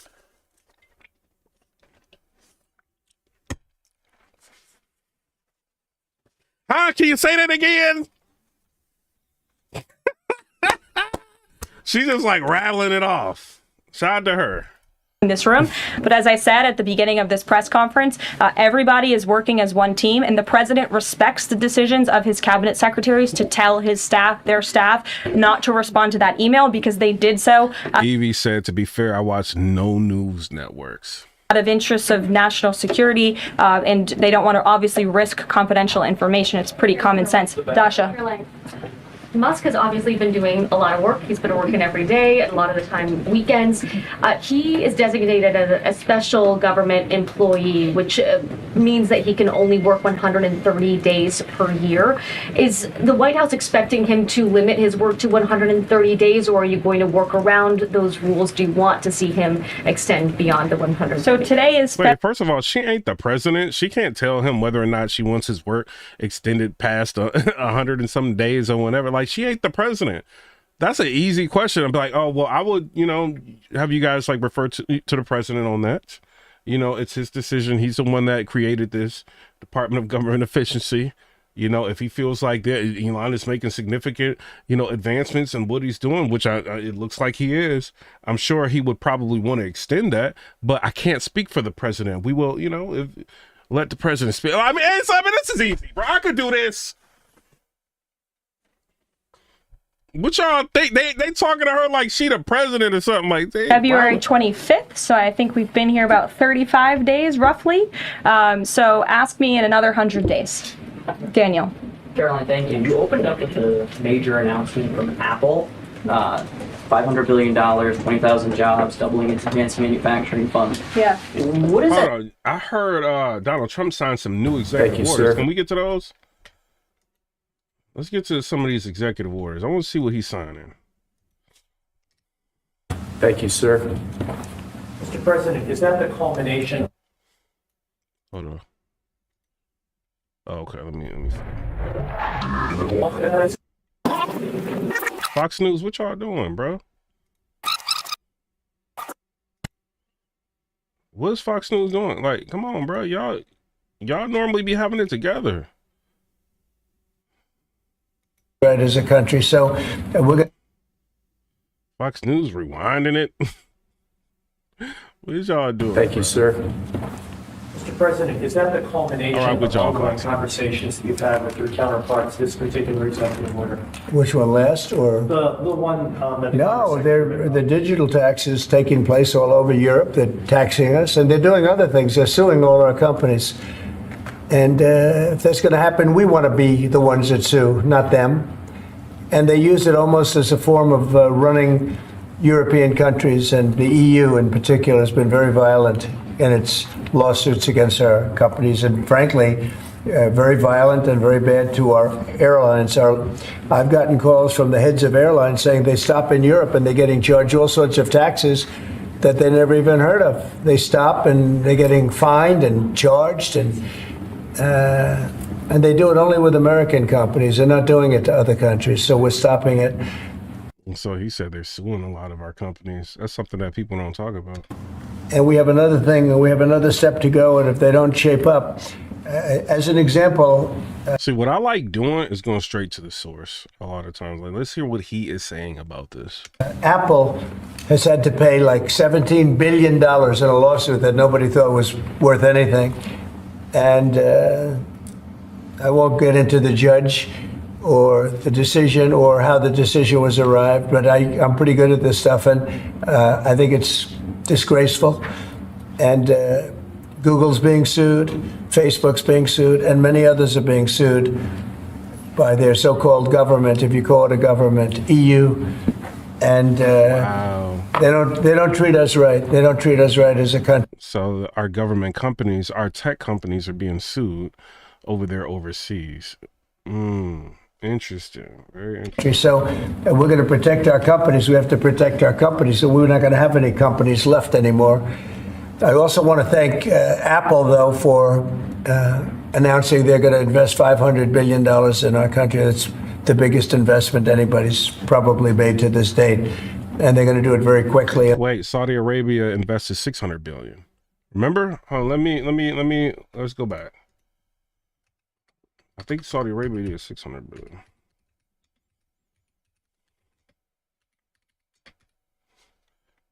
Hold on. We got to get him. We gonna go to the AP.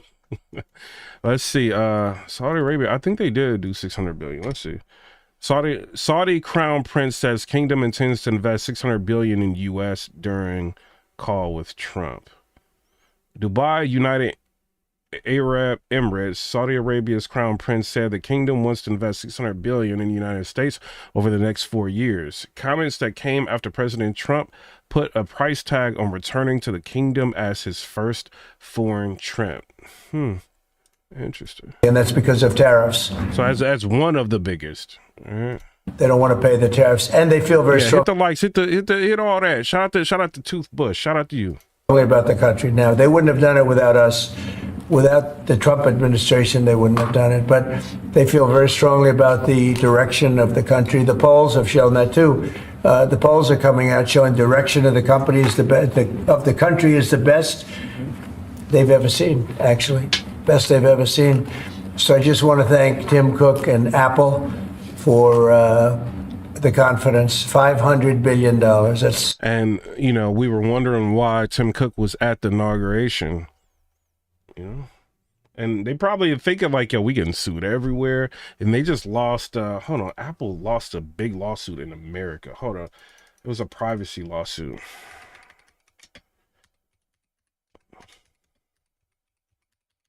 Because they were like $95 million. They were like, let me read y'all this lawsuit. Y'all, this is crazy. This is why I got away from, this is why I'm on an Android right now. I got away from my iPhone, bro. Let me show y'all this. Apple to pay $95 million to settle Siri privacy lawsuit.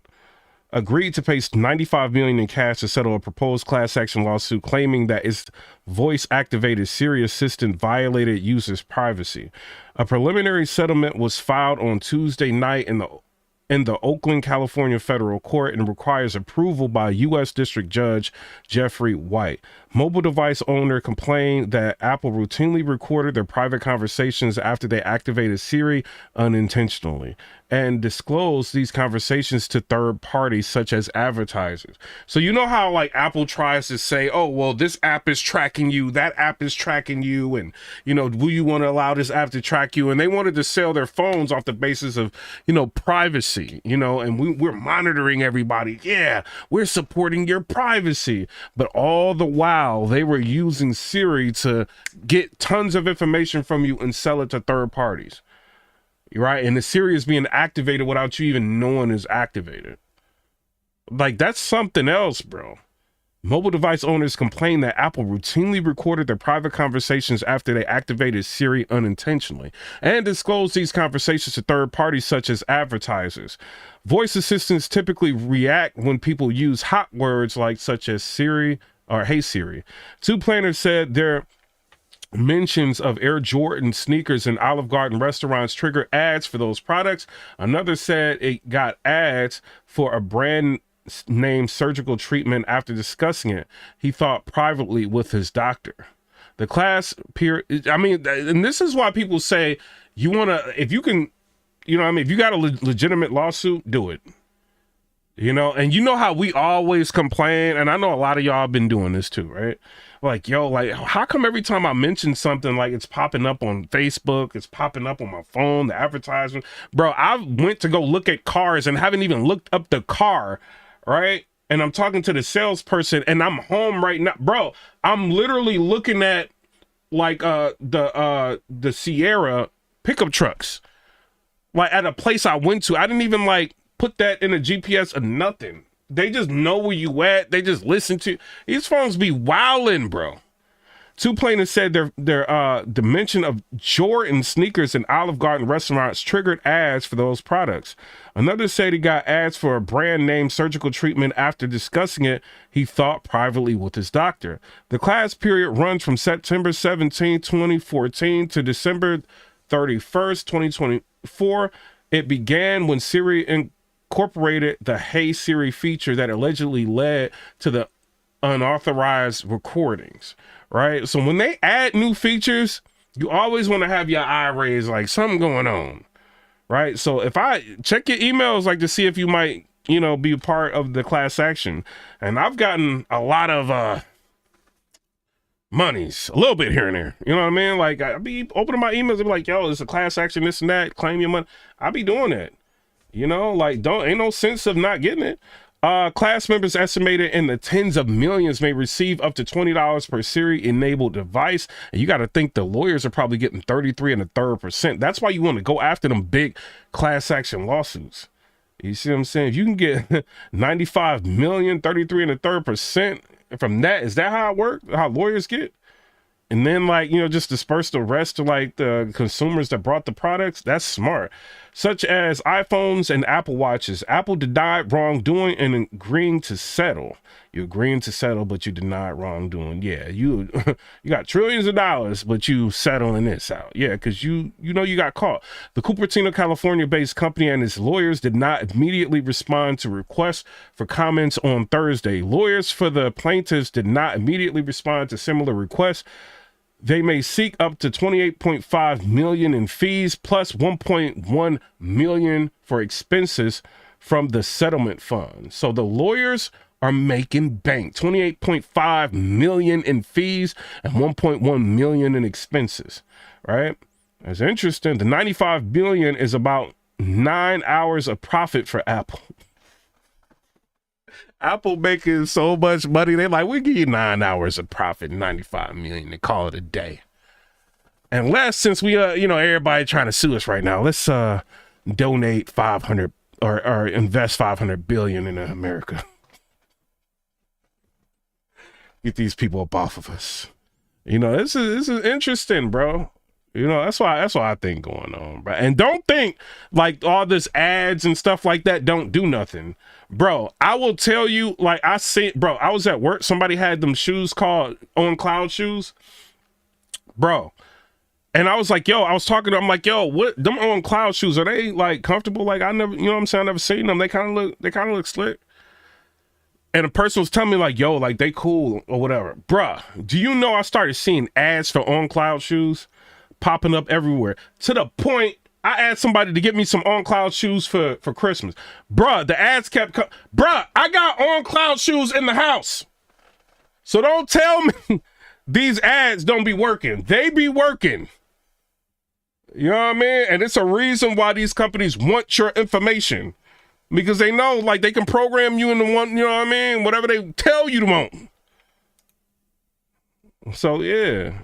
The biggest investment anyone has. Yeah, Aaron said 95 million ain't even putting a dent in their wallet. Yeah, but it's the point. Once you start losing lawsuits like that, and then that law firm, right?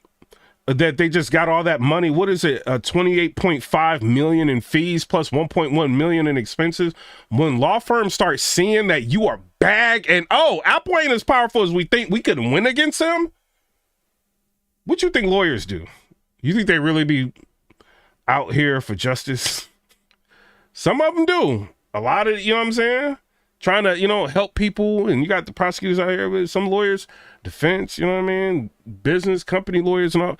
Some of them just want, you know, things to run right? And some of them trying to make money. And so if you seeing settlements like that, bruh, Apple they better tighten up. Made in a short period of time. Mr. President, have you spoken today with the House Republican holdouts who said they would not be supporting the budget resolution? Well, I'm not involved in that. They know what I want, and the Senate knows what I want too. And the Senate's got a bill that's very strong, having to do with the taxes, because the taxes is what's bringing. Craig Wilson said, he's a subscriber in here. He said them ads definitely work. Yeah, they do. All these companies in, so And without it, by the way, you'd have to double your own taxes. Everybody would be doubled up, and you'd have the biggest tax increase ever. So the House has a bill and the Senate has a bill, and I'm looking at them both, and I'll make decisions. But I don't know. Hold on, y'all need to subscribe to the channel. What is y'all doing? It's a whole bunch of y'all in here. Fox News got 13.1 million, like all that thug life, right? I only got 120,000. Subscribe to the channel. Stop playing with me. Where they are in the vote. I know the Senate's doing very well and the House is doing very well, but each one of them has things that I like. So we'll see if we can come together. Mr. President, can you clarify, hopefully once and for all, what your expectations are with this email to federal employees? What are you going to use that information for? And do you see it as voluntary, like OPM has said, or mandatory? Yeah, well, it's somewhat voluntary, but it's also if you don't answer, I guess you get fired. What it really what it is do people exist? So he's responding to the controversial topic, right? Of people being fired, right? Or receiving emails and not responding to them, and they're probably going to be fired because they didn't respond to the emails. The emails like, yo, tell me like 5 things that you've done for the the federal government for working with them in order to keep your job. Like, they're finding out people, may not even be alive and still getting benefits and checks and stuff from the federal government because they got so many employees, and the system is so antiquated they can't even monitor it, right? And he's talking about this now. It's interesting. We have this massive government with millions of people, and nobody knows who's working for the government, who's not. So what they're doing is they're sending out a letter to everybody, and they're saying, what were the things you did last week? Mm-hmm. I guess they ask for 5. And if people are working, it's easy. I could tell you 5 things I did last week. I could tell you 5 things I did 6 weeks ago, right? If they're there and they're working, they're able to say they did 5 things during work. And that means they're working and they're with us and they have no further obligation. If they're not, it could be there's no such person. It could be that the person's no longer working. They're no longer living at that address. They may be moved. Maybe they moved to a different country, or maybe the person doesn't exist. And we then... And they're getting your tax money. And Democrats are mad about it. Take that person off the payroll, and we save a lot of money by doing that. But that's one of the only ways. I think it's a very smart thing. And it says, if you don't answer, essentially, there's a penalty to pay. Like, that's the end of the job. Well, Musk has said that. The order itself doesn't say that. I think that's part of the confusion. Is he speaking for you when he says you'll be terminated? Yeah, everybody speaks for me. I'm the one. I'll take responsibility. The old statement, the buck stops here, right? Famous statement. Well, I can say the same thing. The buck stops here. No, we have to find out if people are getting paid and they're not working, and they have a problem. Let's say they have another job, and then they write in false statements. It's a big problem if they write in false statements. They may be working for somebody else, but getting paid by the U.S. government, and that would mean that they're not allowed to be doing that. They're not allowed to be working for us and be working for somebody else. We're paying them a lot of money. We're paying them. So we'll see. That solves that problem. Most people aren't willing to say that, we're doing this, and this, and this for the U.S. government, and yet they're at another job, because that's a big problem for them if they do that. So in some cases, they're not writing back. And if they don't write back, they end up eventually losing their job. We give them extensions, but that was something we thought about a long time ago. We give them extensions, but we'll see. We have to make sure, number one, that we have people, number two, that they're working, and number two, they're working for us, not for another company. Is it true that President Zelensky's coming on Friday? That's a really, really good point. To meet with you, and is the mineral deal sorted out? Yeah, I hear that. I hear that he's coming on Friday. Certainly, it's okay with me if he'd like to, and he would like to sign it together with me, and I understand that's a big deal, very big deal. And I think the American people, even if you look at polling, they're very happy because, Biden was throwing money around like it's cotton candy, and it's a very big deal. It could be $1 trillion deal. It could be whatever, but it's rare earths and other things. And look, we're spending hundreds of billions of dollars on Ukraine and Russia fighting a war that should have never, ever happened. That's a war that would have never happened if I were president. And it didn't happen for 4 years. People say, how do we know that it didn't happen for 4 years? Would have never happened. And nevertheless, this guy went into this situation and he spent money like... Ted is in the subscription comment section. He said, this man will be the greatest president we've ever had. He's going to make it happen. Like nobody's ever seen. $350 billion. The other thing that we don't like is that Europe has spent $100 billion. We've spent $350 billion. Europe gets their money back because they spent it in the form of a loan, and we just gave them, whether it's 300 or 350 billion, nobody really knows. They can't even tell me the answer to that, but it means probably more than that. So what we're doing is now we're saying, look. This is why like the people in Europe think that we're not smart. We're giving 300 to 350 billion. It's not even in the form of a loan. They give 100 billion in the form of the loan and they get their money back. And we don't get any of our money back. We don't get any minerals. We don't get anything. You know, and then we're helping people like Zelensky, and then Zelensky can say, we don't want to listen to the United States. This is our country. What? And they're taking all of our money.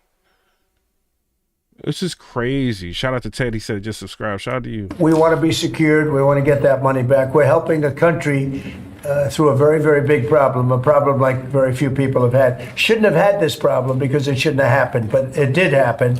So we have to straighten it out. But the American taxpayer now is going to get their money back plus. Mr. President, yesterday with Emmanuel Macron, you said you had spoken to Putin about the idea of peacekeepers in Ukraine, that Putin was fine with it. The Kremlin, I guess, has said that that's actually unacceptable to them. What's real here? That's not what I was told. But you're going to need some form of peacekeeping, so something will be done that's going to be satisfactory to everybody. We need peacekeeping too. Any situation where there's American troops involved? It's actually something I did discuss, but a form of peacekeeping that's acceptable to everybody. Ultimately, we'll be able to agree on something, I'm sure. With Ukraine and this mineral deal, what does Ukraine get in return, Mr. President? $350 billion and lots of equipment, and military equipment, and the right to fight on, and originally the right to fight. Look, Ukraine, I will say, they're very brave and they're good soldiers, but without the United States and its money and its military equipment, this war would have been over in a very short period of time. In fact, I was the one that gave the javelins. You remember the famous javelins? That was me. That wasn't Obama. It wasn't Biden. It wasn't anybody else. It was me. And they wiped out a lot of tanks with those javelins. And the expression was that Obama gave sheets and I gave the javelins. That was a big deal at the time. It wiped out. That was the beginning when people said, wow, that's something. Well, that was American equipment. Without American equipment, this war would have been over very quickly. And American money, too. I mean, a lot of money. What's up, Amy on TikTok said your live status on TikTok is turned off.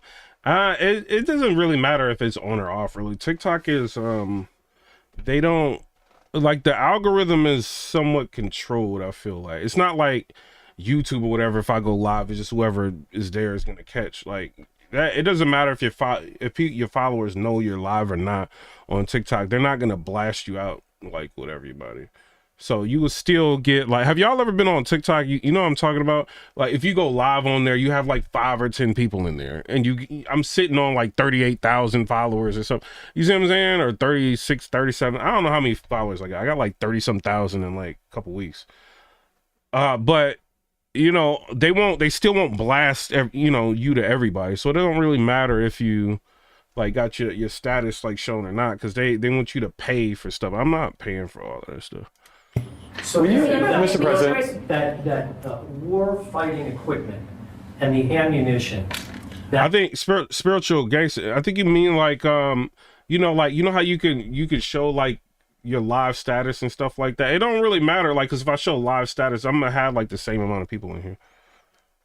That's sustained going forward for Ukraine, and how long is it sustained? Well, it could go forward for a while, and maybe until we have a deal with Russia. Look, we need to have a deal with Russia, otherwise it's gonna continue. But now when Americans put up their money, the taxpayer money, and the president approves it, we're getting our money back in some form.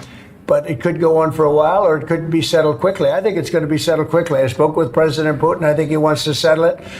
And once you get on with life, it's horrible. What's happening horrible. Thousands of soldiers a week are being killed, and others too, but especially on the battlefield. Thousands a week are being killed, and we want that to end. Mr. President, when you spoke Brian? Yes. Okay.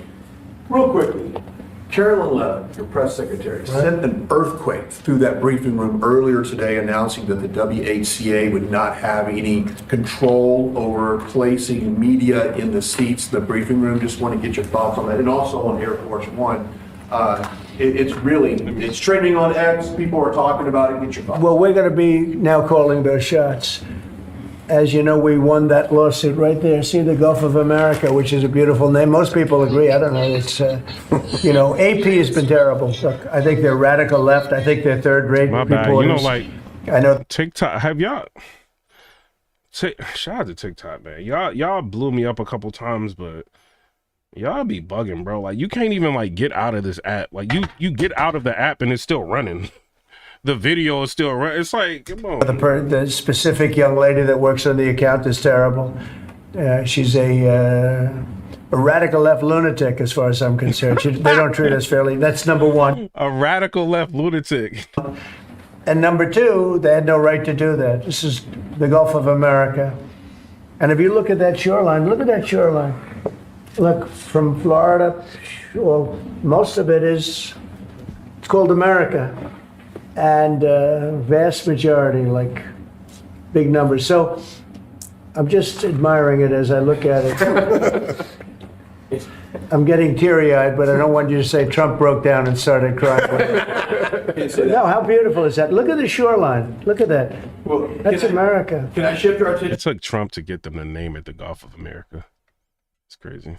to Canada? Real Yes, quick? please. Last week, I spent some time with two government officials from Canada. I was asking them how realistic. You said they've been trying to change it since 2000.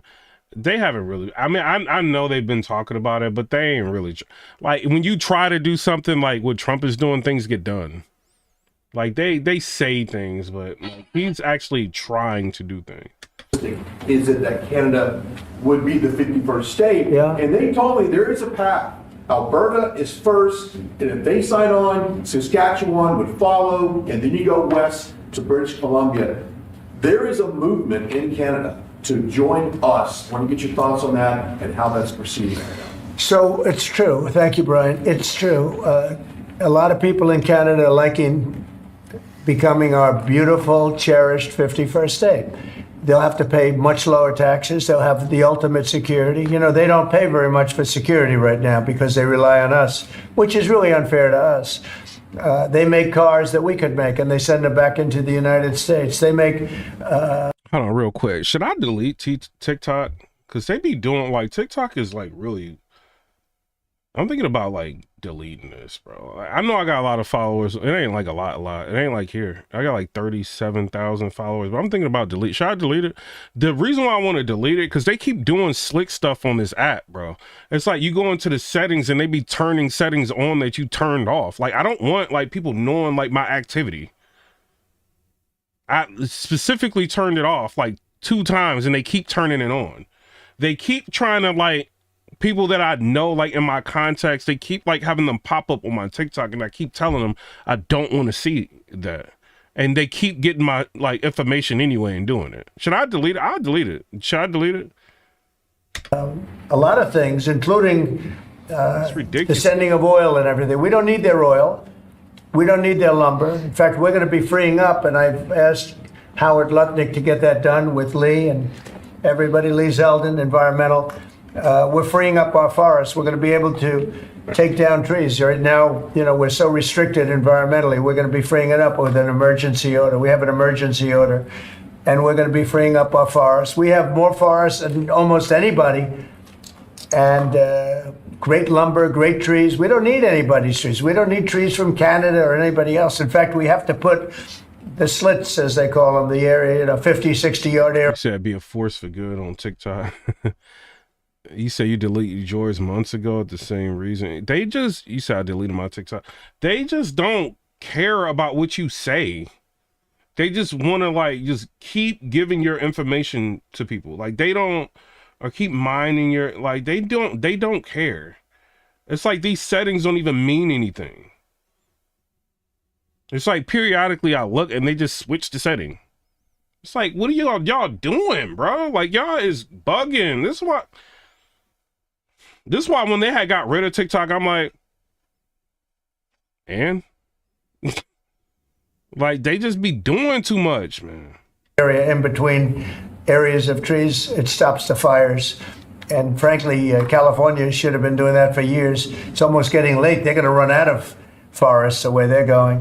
What a shame. And by the way, the water is flowing in California. I hope you people have seen it, but the water is flowing. Do you have a picture of that? I'd hold it up. Do you have a picture of that? Get a picture of it, please.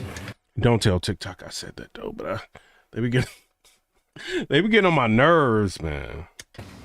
You know, we had a little skirmish in California. I can't believe we had to do that, but we opened up the water in California. The water was flowing into a place called the Pacific Ocean, which for the Pacific Ocean is... I mean, I'm Piper Boy Williams. I could always get like 30-something thousand like followers back, but like something like that. But I don't.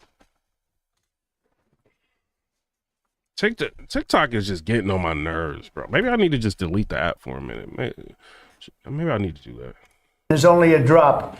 But for us, it's more water than we can use in California. So I'll get you some photographs, but it's a beautiful sight. The water is flowing in California. Beautiful water from the Pacific Northwest and beyond. And it flows down, and instead of being routed out to the Pacific Ocean, and this has been going on for 20 years more, in order to... You said enjoy it while you can. Censorship is coming. Hey, TikTok is like the most like censored. You can't even like, have y'all ever like commented under a video? Just like a joke. It ain't even like crazy. You know, like YouTube, you can say like whatever, like in the comment section. On TikTok, if you say anything like with an opinion, it don't even have to be crazy. Like you go on TikTok, your comment removed. You be like, what? Like, why was my, and then you appeal it, and then they'll get, you know what I mean, like put it back. But it's like, why would you remove a comment? Like, if I said it something like, oh, I don't know about that. That's all I said. Comment removed.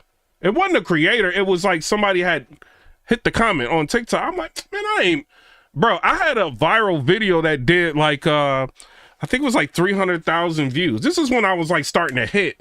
Like, you know, like I did the video that 3.4 million views, like Conservative Perspective, a lot of people shared it. And then I did another one that did like 800,000 views. I did another that did like 300-something thousand. They took it. And like, I'm like, why did y'all do that? I mean, they don't even let you say, I appealed it and they're like, oh no, like maybe you gotta appeal it. I'm like, man, I ain't about to keep making content on here, bro. Y'all bugging. This ain't China. This is America. And I ain't say nothing crazy or nothing. I'm like, that's when I was like, yo, y'all done made all this money off of me, off of that video. But then y'all trying to like, no, I'm not doing it. I'm staying on YouTube, bro. YouTube and Rumble. I might air once in a while go on TikTok. Other than that, no. Take care of a certain species of fish, which wasn't doing very well without water, I can tell you. So that's a big deal. It's like not reported. It's incredible. But California has a lot of water. That's going to take care of farmers. It's going to wetten up the land, and it's going to go all the way down to Los Angeles, where they have curfews on water, where they have all sorts of blocks on water. You can only use so much. We're going to put until just... Hey, Aaron, you must have been going crazy because you got to like really be wilding on YouTube for them to do something. Craig Wilson said, TikTok is too censored and I do not like it at all. Bro, the reason why I stopped messing with Facebook, it was like way too censored. And even Instagram, it's like, man, I can't even comment now. Like, get out of here. Like when 50 Cent, like the rapper, had followed me and 50 Cent was talking to me on like Instagram, right? Y'all remember that? This is like a couple years ago when I ran down on Young Buck, right? So when he did that, like he was just every time I upload something, he was in my comments, he was talking, he was reposting like the funny videos I would post on Instagram. And shout out to 50 Cent. It was like mad, like people just like any little thing he said to me and I responded, they was just like hitting it. And I'm just like, what? And I got into a situation with them and it was just, I'm like, bruh. But you know, he was only following like 111 people and I was like one of the people. So people was mad and I'm like, Instagram is, in order to run Instagram, you got to have like a label or somebody behind you. Because they be doing way too much, bro. Look at Boosie. Boosie used to be having fun, like living life, and he can't even really do nothing no more. If he wants to have an opinion, he's got to have an opinion on Twitter. Because remember they took his Instagram like a few times. Yeah, they was jealous. And 50 Cent made me like a lot of money. Like I ain't gonna even lie. Like, you know what I'm saying? Like, cause when people was in my DMs like paying like mad bread for me to like post stuff. So he helped me make like a lot of money. So shout out to him. That's why I'll never say nothing bad about 50 Cent. And they were going to put a number of gallons per person living in a house in Beverly Hills on water. You're not going to have that problem anymore. Do you have a picture? Let me just see what that looks like. How beautiful is that? Look at that beautiful water flowing. Look at that. That's coming in the... Somebody in the comment section, executive order, the French fries will be renamed American fries. Somebody said 50 Cent is cool. I met him when he first came out with the liquor. Very nice guy. Shout out to 50 Cent. 50 Cent don't even drink, but he'll sell you alcohol. Shout out to 50 Cent though. The dikes and other means of... Nah, he don't, he shared me like a lot of times, bro. Like, so I'm indebted to 50. So shout out to 50 Cent. He ain't have to do that. You know what I mean? Shout out to him. Transportation. Isn't that beautiful? Who would believe that? That's all water they could have had. I went to the governor during my first term and I said, why don't you do this? And they said they have an environmental problem with clean water. If this water were there, you would have had... Dude said freedom fries. In the comment section, a subscriber. Y'all is crazy, bro. Those fires. You had sprinklers. They make people put sprinklers in the ceiling of a home, and they had no water in them. With this, they would have had a lot of water in them. They would have all been full. That would have had you would have had a whole different deal down there. You probably wouldn't have had a fire, but if it was, it would have been small, would have been put out. You had the fire hydrants not working in California. So it's a beautiful site. These are canals that were built. These were all built. And you saw them for years. They were empty. Concrete. They call them the V-shapes or the half pipes. And they're shaped different forms, but they're shaped and they rush down through the farm areas where the farmers can take it and down to Los Angeles. And they were sitting empty for years. And now look at that way it looked. It wasn't easy. We had to be very unfriendly to get into those areas. Craig Wilson said, freedom fries is hilarious. Yeah, it's hilarious, bro. That's crazy. We opened it up. We're renaming French fries freedom fries. Hey, he could do it. He got rid of paper straws. Mr. President. I essentially attacked California. Can you believe it? I attacked California. Let's go. At the outset of your administration, sir, you committed to ending the weaponization of government, to holding those accountable who participated in the weaponization of government. Hold it. This is a good one. Is everybody listening? Deranged Jack Smith. We're going to call it the Deranged Jack Smith signing or bill. Go ahead. One law firm that provided pro bono legal services to the special counsel's office under Jack Smith's leadership was Covington and Burling. Hold on, bro. I'm never gonna forget that in my life. Freedom fries. I'm never gonna forget that. Y'all ever hear comments? You're like, I'm never gonna forget that. That's one of them. As a result of those actions, we're now going to be suspending and putting under review the security clearances for the attorneys and employees at that firm who worked with Jack Smith's team, and we're going to continue holding the people who were responsible for the weaponization of government and who supported it accountable for what they did. And you'll be doing this with other firms as time goes by, right? We're looking at sort of the whole panoply of options. The weaponization of our system by law firms, even pro bono work they're doing just in order to clog up government, stop government, and nobody knows about it more than me. And hopefully that'll never happen again. So the Covington and Burlington? Covington and Burlington. Mr. President, may I ask you a question about Europe? So long term, do you plan to maintain the... Can we like all come to an agreement? Biden can never do this, ever. Sign executive orders, tell you what the executive order is, give you a little bit of history with the executive order, answer questions, why sign an executive order. Like, he could never. Number of U.S. troops. Wait, I just want to savor this one, please. Who would like this pen? Hey, why don't you send it to Jack Smith? A deranged person. Mr. President, what do you say to people who worry that targeting an individual firm or individuals who, aren't Jack Smith for his actions? I've been targeted for 4 years, longer than that. So you don't tell me about targeting. I was the target of corrupt politics. Biden would be like,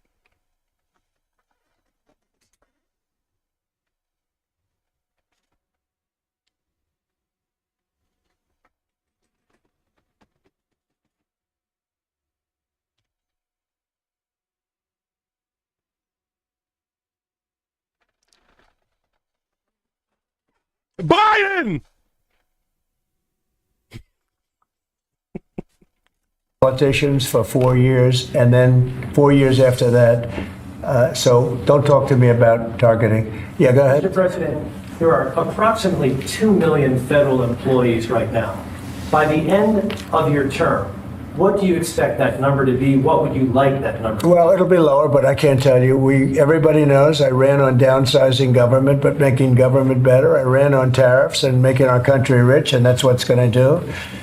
We're going to be doing something else that's going to be very, very good. We're going to be selling a gold card. You have a green card. This is a gold card. We're going to be putting a price on that card of about $5 million, and that's going to give you green card privileges plus. It's going to be a route to citizenship, and wealthy people will be coming into our country by buying this card. They'll be wealthy, and they'll be successful, and they'll be spending a lot of money and paying a lot of taxes and employing a lot of people. And we think it's going to be extremely successful.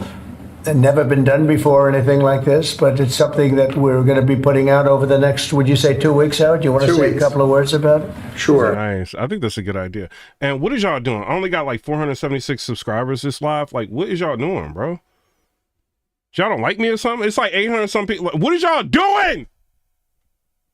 Subscribe. President, are there any requirements for that gold card? Do you have to invest a certain amount of money in this country in order to qualify for that gold card? Yeah, exactly. So the EB-5 program. We got 140,000 views on this video. Shout out to y'all, Thug Life.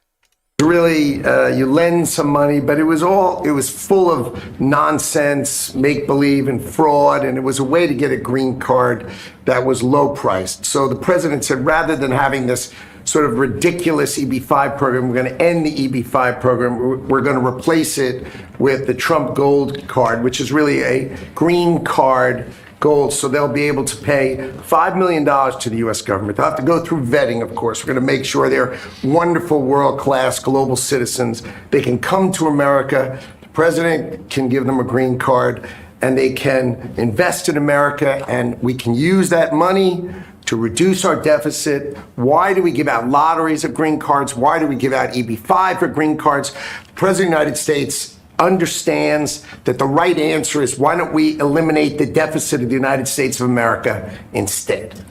The gold card, well, millions, but the gold card will bring in with it people that create jobs, very high-level people. I think companies will pay to get... Yeah, you got to have like $5 million to get this card, right? A lot of companies are probably going to just get the card. People in, for instance, you today graduate from the Wharton School of Finance or Harvard or Stanford or any college, and nobody knows if you can even go to work for a company. So Apple and all these companies that want to get people to be working for them will be able to buy a card, and for the people that are number one in their class at top schools. I see that as one of the things, but generally speaking, it'll be people with money and people that create jobs, and they won't have to pay any tax on income outside of the United States, which they're not paying right now. They're not citizens, but they'll have to pay if they create jobs in the United States. They'll pay full taxes like everybody else. So you're getting big taxpayers, big job producers, and we'll be able to sell maybe 1 million of these cards, maybe more than that. And if you add up the numbers, they're pretty good. As an example, 1 million cards would be worth $5 trillion. $5 trillion. Wow. And if you sell 10 million of the cards, that's a total of $50 trillion. Well, we have 35 trillion in debt. That'd be nice. So we'll see. But it could be great. Maybe it will be fantastic. We have it all worked out from the legal standpoint. It's totally legal to do. Hasn't been done before. It's been done in many different forms. We give them away. Why should we give them away? We shouldn't give them away. And I think it's something very exciting. I think it's potential. Most of everything he's doing is figuring out how to pay down this debt. It's a very good idea. Very good idea. Potentially just something that we're all very excited about. So it's a gold card. It's somewhat like a green card, but at a higher level of sophistication. It's a road to citizenship for people. And essentially people of wealth or people of great talent, where people of wealth pay for those people of talent to get in, meaning companies will pay for people to get in and to have long-term status in the country. And I think it's something we're very, very happy about. Would you have anything to say about that? Well, many other countries, by the way, do this, including, of course, your 51st state does that. And the money's earmarked for deficit reduction? It may be earmarked for deficit, but it actually could be more money than that. RFK pulled up. I mean, if you did 10 million, it would be, you'd have $15 trillion left over. But generally, it's going to be paid down debt, yes. Do you need Congress for this? Do you think you need to No, we pass don't a need law? Congress, no, because we're not doing citizenship, we're doing the card. I see. It's a path to citizenship, a very strong path to citizenship, but we're not doing the citizenship. For that, I'd have to get Congress. And would all countries be eligible for this gold card? Depends. The countries largely, the people will be vetted very carefully. Mr. President, on Ukraine, would you provide military support for Ukraine in the future under a peace agreement? Say it again louder. Would you provide military support for Ukraine in the future as part You mean of like the peace security? agreement? Yeah. Well, people are going to do it. I think. Who is this lady that be talking with that accent? Because she sounds like she probably look good. I'm just trying to figure out who it is. Europe will She asks a lot of questions. largely be responsible for that. European countries will be responsible. But Macron asked for a U.S. backup. Well, we'll see. I mean, right now we're just in the process of negotiating. We've pretty much negotiated our deal on raw earth, and She'd be like, are you going to help Ukraine? She look like. Is she bad, Trump? Tell me what that IG is. various other things. We'll be looking at that security. You're talking about general security for Ukraine later. Hey, Marie. Hey, DJ. Hey. I'm just saying, she got that accent. I don't think that's going to be a problem. There are a lot of people that want to do it, and I spoke with Russia about it. They didn't seem to have a problem with it, so I think they. One of the finest girls I've ever had in my life. She had one of them accents. Right, to the paper boy. Like, what do you want to do today? You know what I want to do today.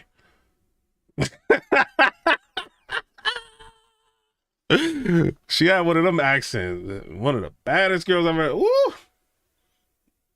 You ever hold on, let me see what my girl doing before I say this. All right. You ever had one of them girls like you just chilling, you relaxing, and you just get like a flashback like, woo! She's one of them. She was Romanian, like, oh, Lord. They understand. They're not going back in. Once we do this, they're not going back in. So no aircraft. Would the U.S. provide, for instance, air defense? Well, I just told you, right now we're not providing anything. You know, it's about Europe, too. Europe put in $100 billion and we put in $350 billion. It's not a fair thing. You know, we would normally say, and I say it now anyway, but we want equalization. They should put up actually more money than us because they're right there. We have an ocean in between. But we've had very good talks with Russia. All right, Marie, I'm going to do that next time before I go live. It's just, y'all be doing like y'all girls be doing. Y'all know when y'all be the girls like when they be hearing a dude with a deep voice, sound like Mufasa or something. Y'all be, but like dudes, bro, we hear that. What do you think you're going to help Ukraine? And then, when you hear that, it's like, where's she at? Gotta see that IG. Had very good talks with Ukraine, and we think it maybe will come to an end and we'll stop killing young people all over the Shout out to battlefield. Sean Mayberry with the $10 donation. He said your girl watching on her burner account. Chill. All right. Shout out to Sean Mayberry. He's bringing some potential reality to the situation. I need to chill out. This is a Mary Brown's fault in the chat. She is a member. She keep bringing this up. Christian Medwig, secret Democrat. He goes ahead and he said a salty Macron smoked him yesterday. On Europe, so do you plan to maintain heavy military presence in Europe in the long term, like tens of thousands of troops? We'll be involved. Yeah, we'll be involved in Europe. We're involved in Europe now. Europe is our friend. They take advantage of us on trade. Yeah, we're very involved with Europe. Yeah, Europe is our friend. They take advantage of us on trade. Talk to him, Trump. He is not playing, bro. Have y'all ever met somebody in real life like this? They just gonna tell you what it is. They don't care.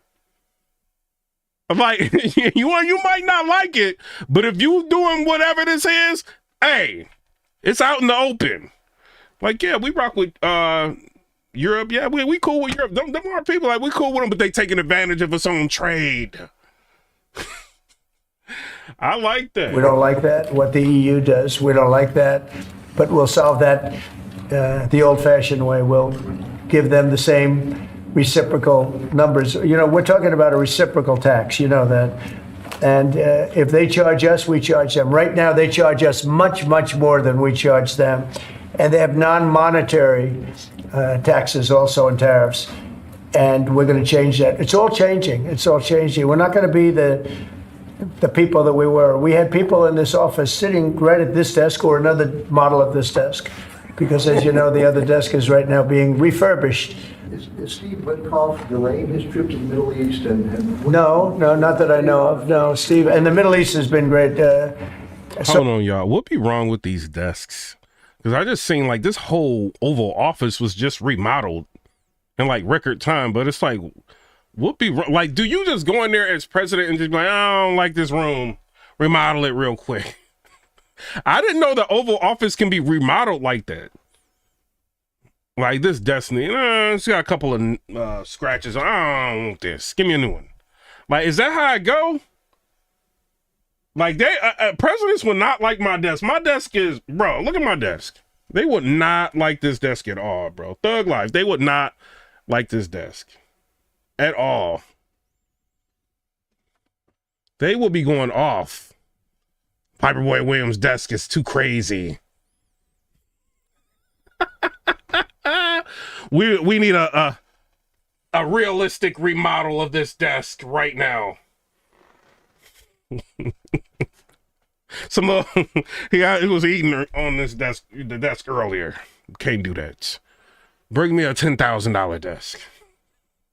Saudi Arabia has treated us really well. They really have. And, I think Qatar has treated us very well too. They want to get that whole mess ended in the Middle East. You know, we don't even talk about that anymore. You guys haven't asked one question about the Middle East. Another thing we don't talk about anymore, shout out to Trump, we don't talk about ISIS no more. When he told the military to do what you got to do to get rid of ISIS, they are gone. You don't hear about, remember when Obama was like ISIS, he was trying to scare you and all, like, where they at? Trump got in there and they gone now. I see y'all hitting the hundreds. Thug Life. What ISIS? And shout out to RFK. Remember what RFK, like around, we kept saying Thug Life, then RFK put up Thug Life. Like, shout out to yo saying Thug Life, RFK, yo saying Thug Life. But what ISIS at? But the Middle East seems to be doing relatively well. May I ask about this? Shout out to William Dutton. He said, yes, every president gets to remodel the big old office. All right, dope. About the Middle East. For months, even before you were elected in November, you've spoken about your desire to free all of those hostages that have been held by Hamas since October the 7th, a year and a half ago. And just a few weeks ago, you gave an ultimatum. You said if they're not all released by noon on February the 15th, there would be hell to pay. Is Hamas thumbing their nose at you, Mr. President? No, I think the opposite. So, as you know, they weren't going to release any more hostages. And I said there's going to be hell to pay. And then they agreed that they were going to release the hostages that they had agreed to release, plus an extra one. And so that you could say that was a big difference. But I said it from that point, it's up to Bibi Netanyahu and Israel. I may have taken a different stance. But they did release, they went back to releasing the hostages. But if you remember, they said we weren't going to release any. They've totally ended it. And I said, well, they're not going to release any. They'll be held to pay. And but the rest is really up to him. What I may have done it differently than him. It's not my decision, it's his decision. But they did release all of those hostages. So, Mr. President, you know why they released them? Y'all remember Trump, stop trying to be humble, bro.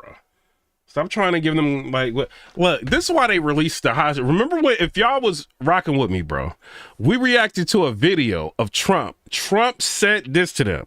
He was like, "If y'all don't release them hostages by noon and not a minute later, it's gonna be H word to pay." When he said that, we all was like, "Yo, what?" We had to rewind that like photo for time. I think he said like 12 and one of them. He was like, and not a minute later, there will be H word to pay. That's why they released them hostages. That's why I believe they released them hostages. Because he wasn't playing when he said that. You know what I mean? So I don't know. If Biden would have said that, would he have had the same result? You gotta ask yourself. I don't think so. To Vladimir Putin, did he raise or did you discuss at all the possibility of a minerals deal on the Ukrainian land that Russia now controls? I didn't discuss Russia. No, I'd like to buy minerals on Russian land too, if we can. And shout out to Trump. He wants to go to Fort Knox to actually see the gold. I don't think what sitting president has went to Fort Knox? I don't think any sitting president has been to Fort Knox. Hold on. Which sitting president? I think he would be the first sitting president. Yeah, I think he's the first. Earth. They have very good rare earth also. They both do. I would say that. And oil and gas. Look, it's a great thing if we sell this. It's great for Russia too, because we can do deals. Oh, they said Roosevelt, Franklin D. Roosevelt was there. But other than that, like, I think he would be like one of the only ones that went there. Yeah, they have very valuable land that isn't utilized. So something like that could take place, yeah. Have you put raising or lifting sanctions against Russia on the table as your? No, we haven't lifted any sanctions on anybody. On the table as part of any negotiation? No, I guess it will be at some point, but right now we haven't agreed to lift sanctions on anybody. On that gold card, getting back to that, I'm fascinated by this, Mr. President. You should be fascinated by it. Your taxes will go down to nothing. Would a Russian oligarch be eligible for a gold card? Yeah, possibly. Hey, I know some Russian oligarchs that are very nice people. It's possible. They're not quite as wealthy as they used to be. They're not as wealthy as they used to be. I think they can afford. I think they can afford $5 million. So no, a lot of people are going to want to. A lot of people are going to want to be in this country, and they'll be able to work and provide jobs and build companies and pay taxes. All of those things. It's an incredible. It's an incredible thing. I mean, this is the group that is the first to hear it. Nobody's heard about it. Nobody ever thought about it. But we've been thinking about it very, very strongly over the last week. And I was going to announce it sometime next week, and I figured, why not? We have a lot of cameras blazing right now. We might as well do it now. We'll have Caroline announce it the next time. No, it's a great thing. The gold card. Remember the words. The gold card. And then Cocase 169 said, "We back, baby." Somebody said, Shout can out we to call you it the in the subscriber section. Shout out to you. Trump Gold Card? I said, if it helps, use the name Trump. I'll give it to you for free. Mr. President, you probably just launched 10,000 stories. Do you want to elaborate a little bit more on what Russian oligarchs you know or don't know? Isn't it interesting how Russian oligarchs you know and do not know? Like, chill out, y'all. many stories we do tell? And they all turn out to be true, and they all turn out to be ultimately correct. Trump was right about everything. Do you have one of those Trump was right about everything hats? I'm going to give it to this gentleman. Cracking jokes, bro. He been there for like 33 minutes, signing executive orders, giving you history, giving you information, answering mad questions, giving the media. Bloggers are making like mad bread talking about him. Like, he doing all of this with ease, and he still got like mad long to go. Like, what? This is crazy, bro. I think he got like 10 more minutes. Then he gets up and he's about to start signing them executive orders. All right, let's fast forward to the executive orders because he got a lot of stuff to talk about. Let's see what he's doing. And their unfair treatment in most of the world's countries. Hold on. Dude, he did all that, like, and now he about to get to the nitty gritty of the executive order. Shout out to Trump, bro. Significant issue of the dumping of foreign copper into the American market. Let's fast forward a little bit. Has been decimated by global actors attacking our domestic production. To build back our copper industry, I've requested my Secretary of Commerce and USTR to study copper imports and end unfair trade, putting Americans out of work. Tariffs will help rebuild back our American copper industry and strengthen our national defense. American industries depend on copper, and they should be made in America. No exemptions, no exceptions. America first creates American jobs and protects our national security. It's time for copper to come home. If it's all right with you, if I can talk a little bit about the digital services tax, would that be all right? Go ahead, do that. So I read another truth. This is sort of so fun to read his words. Can't be any better. So our incredible United States economy and undeniable American spirit has enabled the creation of the greatest technology companies on earth. Our digital economy is bigger than most of the world's countries, and the market cap of even one of our companies exceeds every European country. Instead of empowering their workers and creating opportunities, foreign governments have instead tried to tax, fine, and hinder Americans' technology companies. Both friend and foe have been treating American tech companies harshly as if our companies are their piggy bank. This will now end. It is my objective to level the playing field and end these attacks. We are putting these countries on notice to end their unfair treatment of American companies, large and small. Our companies are the greatest investors in the world. So our tech companies are the greatest investors in the world, and their investments will go only to where American companies are treated fairly. Our ingenuity, grit, drive, and perseverance have built America. If these countries want to participate in the AI industrial revolution, it's time to choose sides with America, not against us. And we signed that on Friday, sir. Okay, very big deal, right? Huge.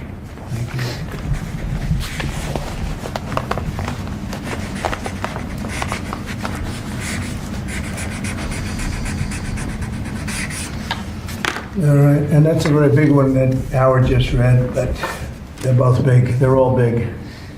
We're only doing big ones. Okay? Thank you, sir. Mr. President, is that the culmination of ongoing conversations that you've had with your counterparts, this particular executive order? Which one, last or? The one that No, the digital tax is taking place all over Europe. They're taxing us, and they're doing other things. They're suing all our companies. And if that's going to happen, we want to be the ones that sue, not them. And they use it almost as a form of running European countries, and the EU in particular has been very violent in its lawsuits against our companies, and frankly, very violent and very bad to our airlines. I've gotten calls from the heads of airlines saying they stop in Europe and they're getting charged all sorts of taxes that they never even heard of. They stop and they're getting fined and charged, and they do it only with American companies. They're not doing it to other countries, so we're stopping it. Call them out, Trump. And we have another thing, we have another step to go, and if they don't shape up. As an example, Apple has had to pay like $17 billion in a lawsuit that nobody thought was worth anything.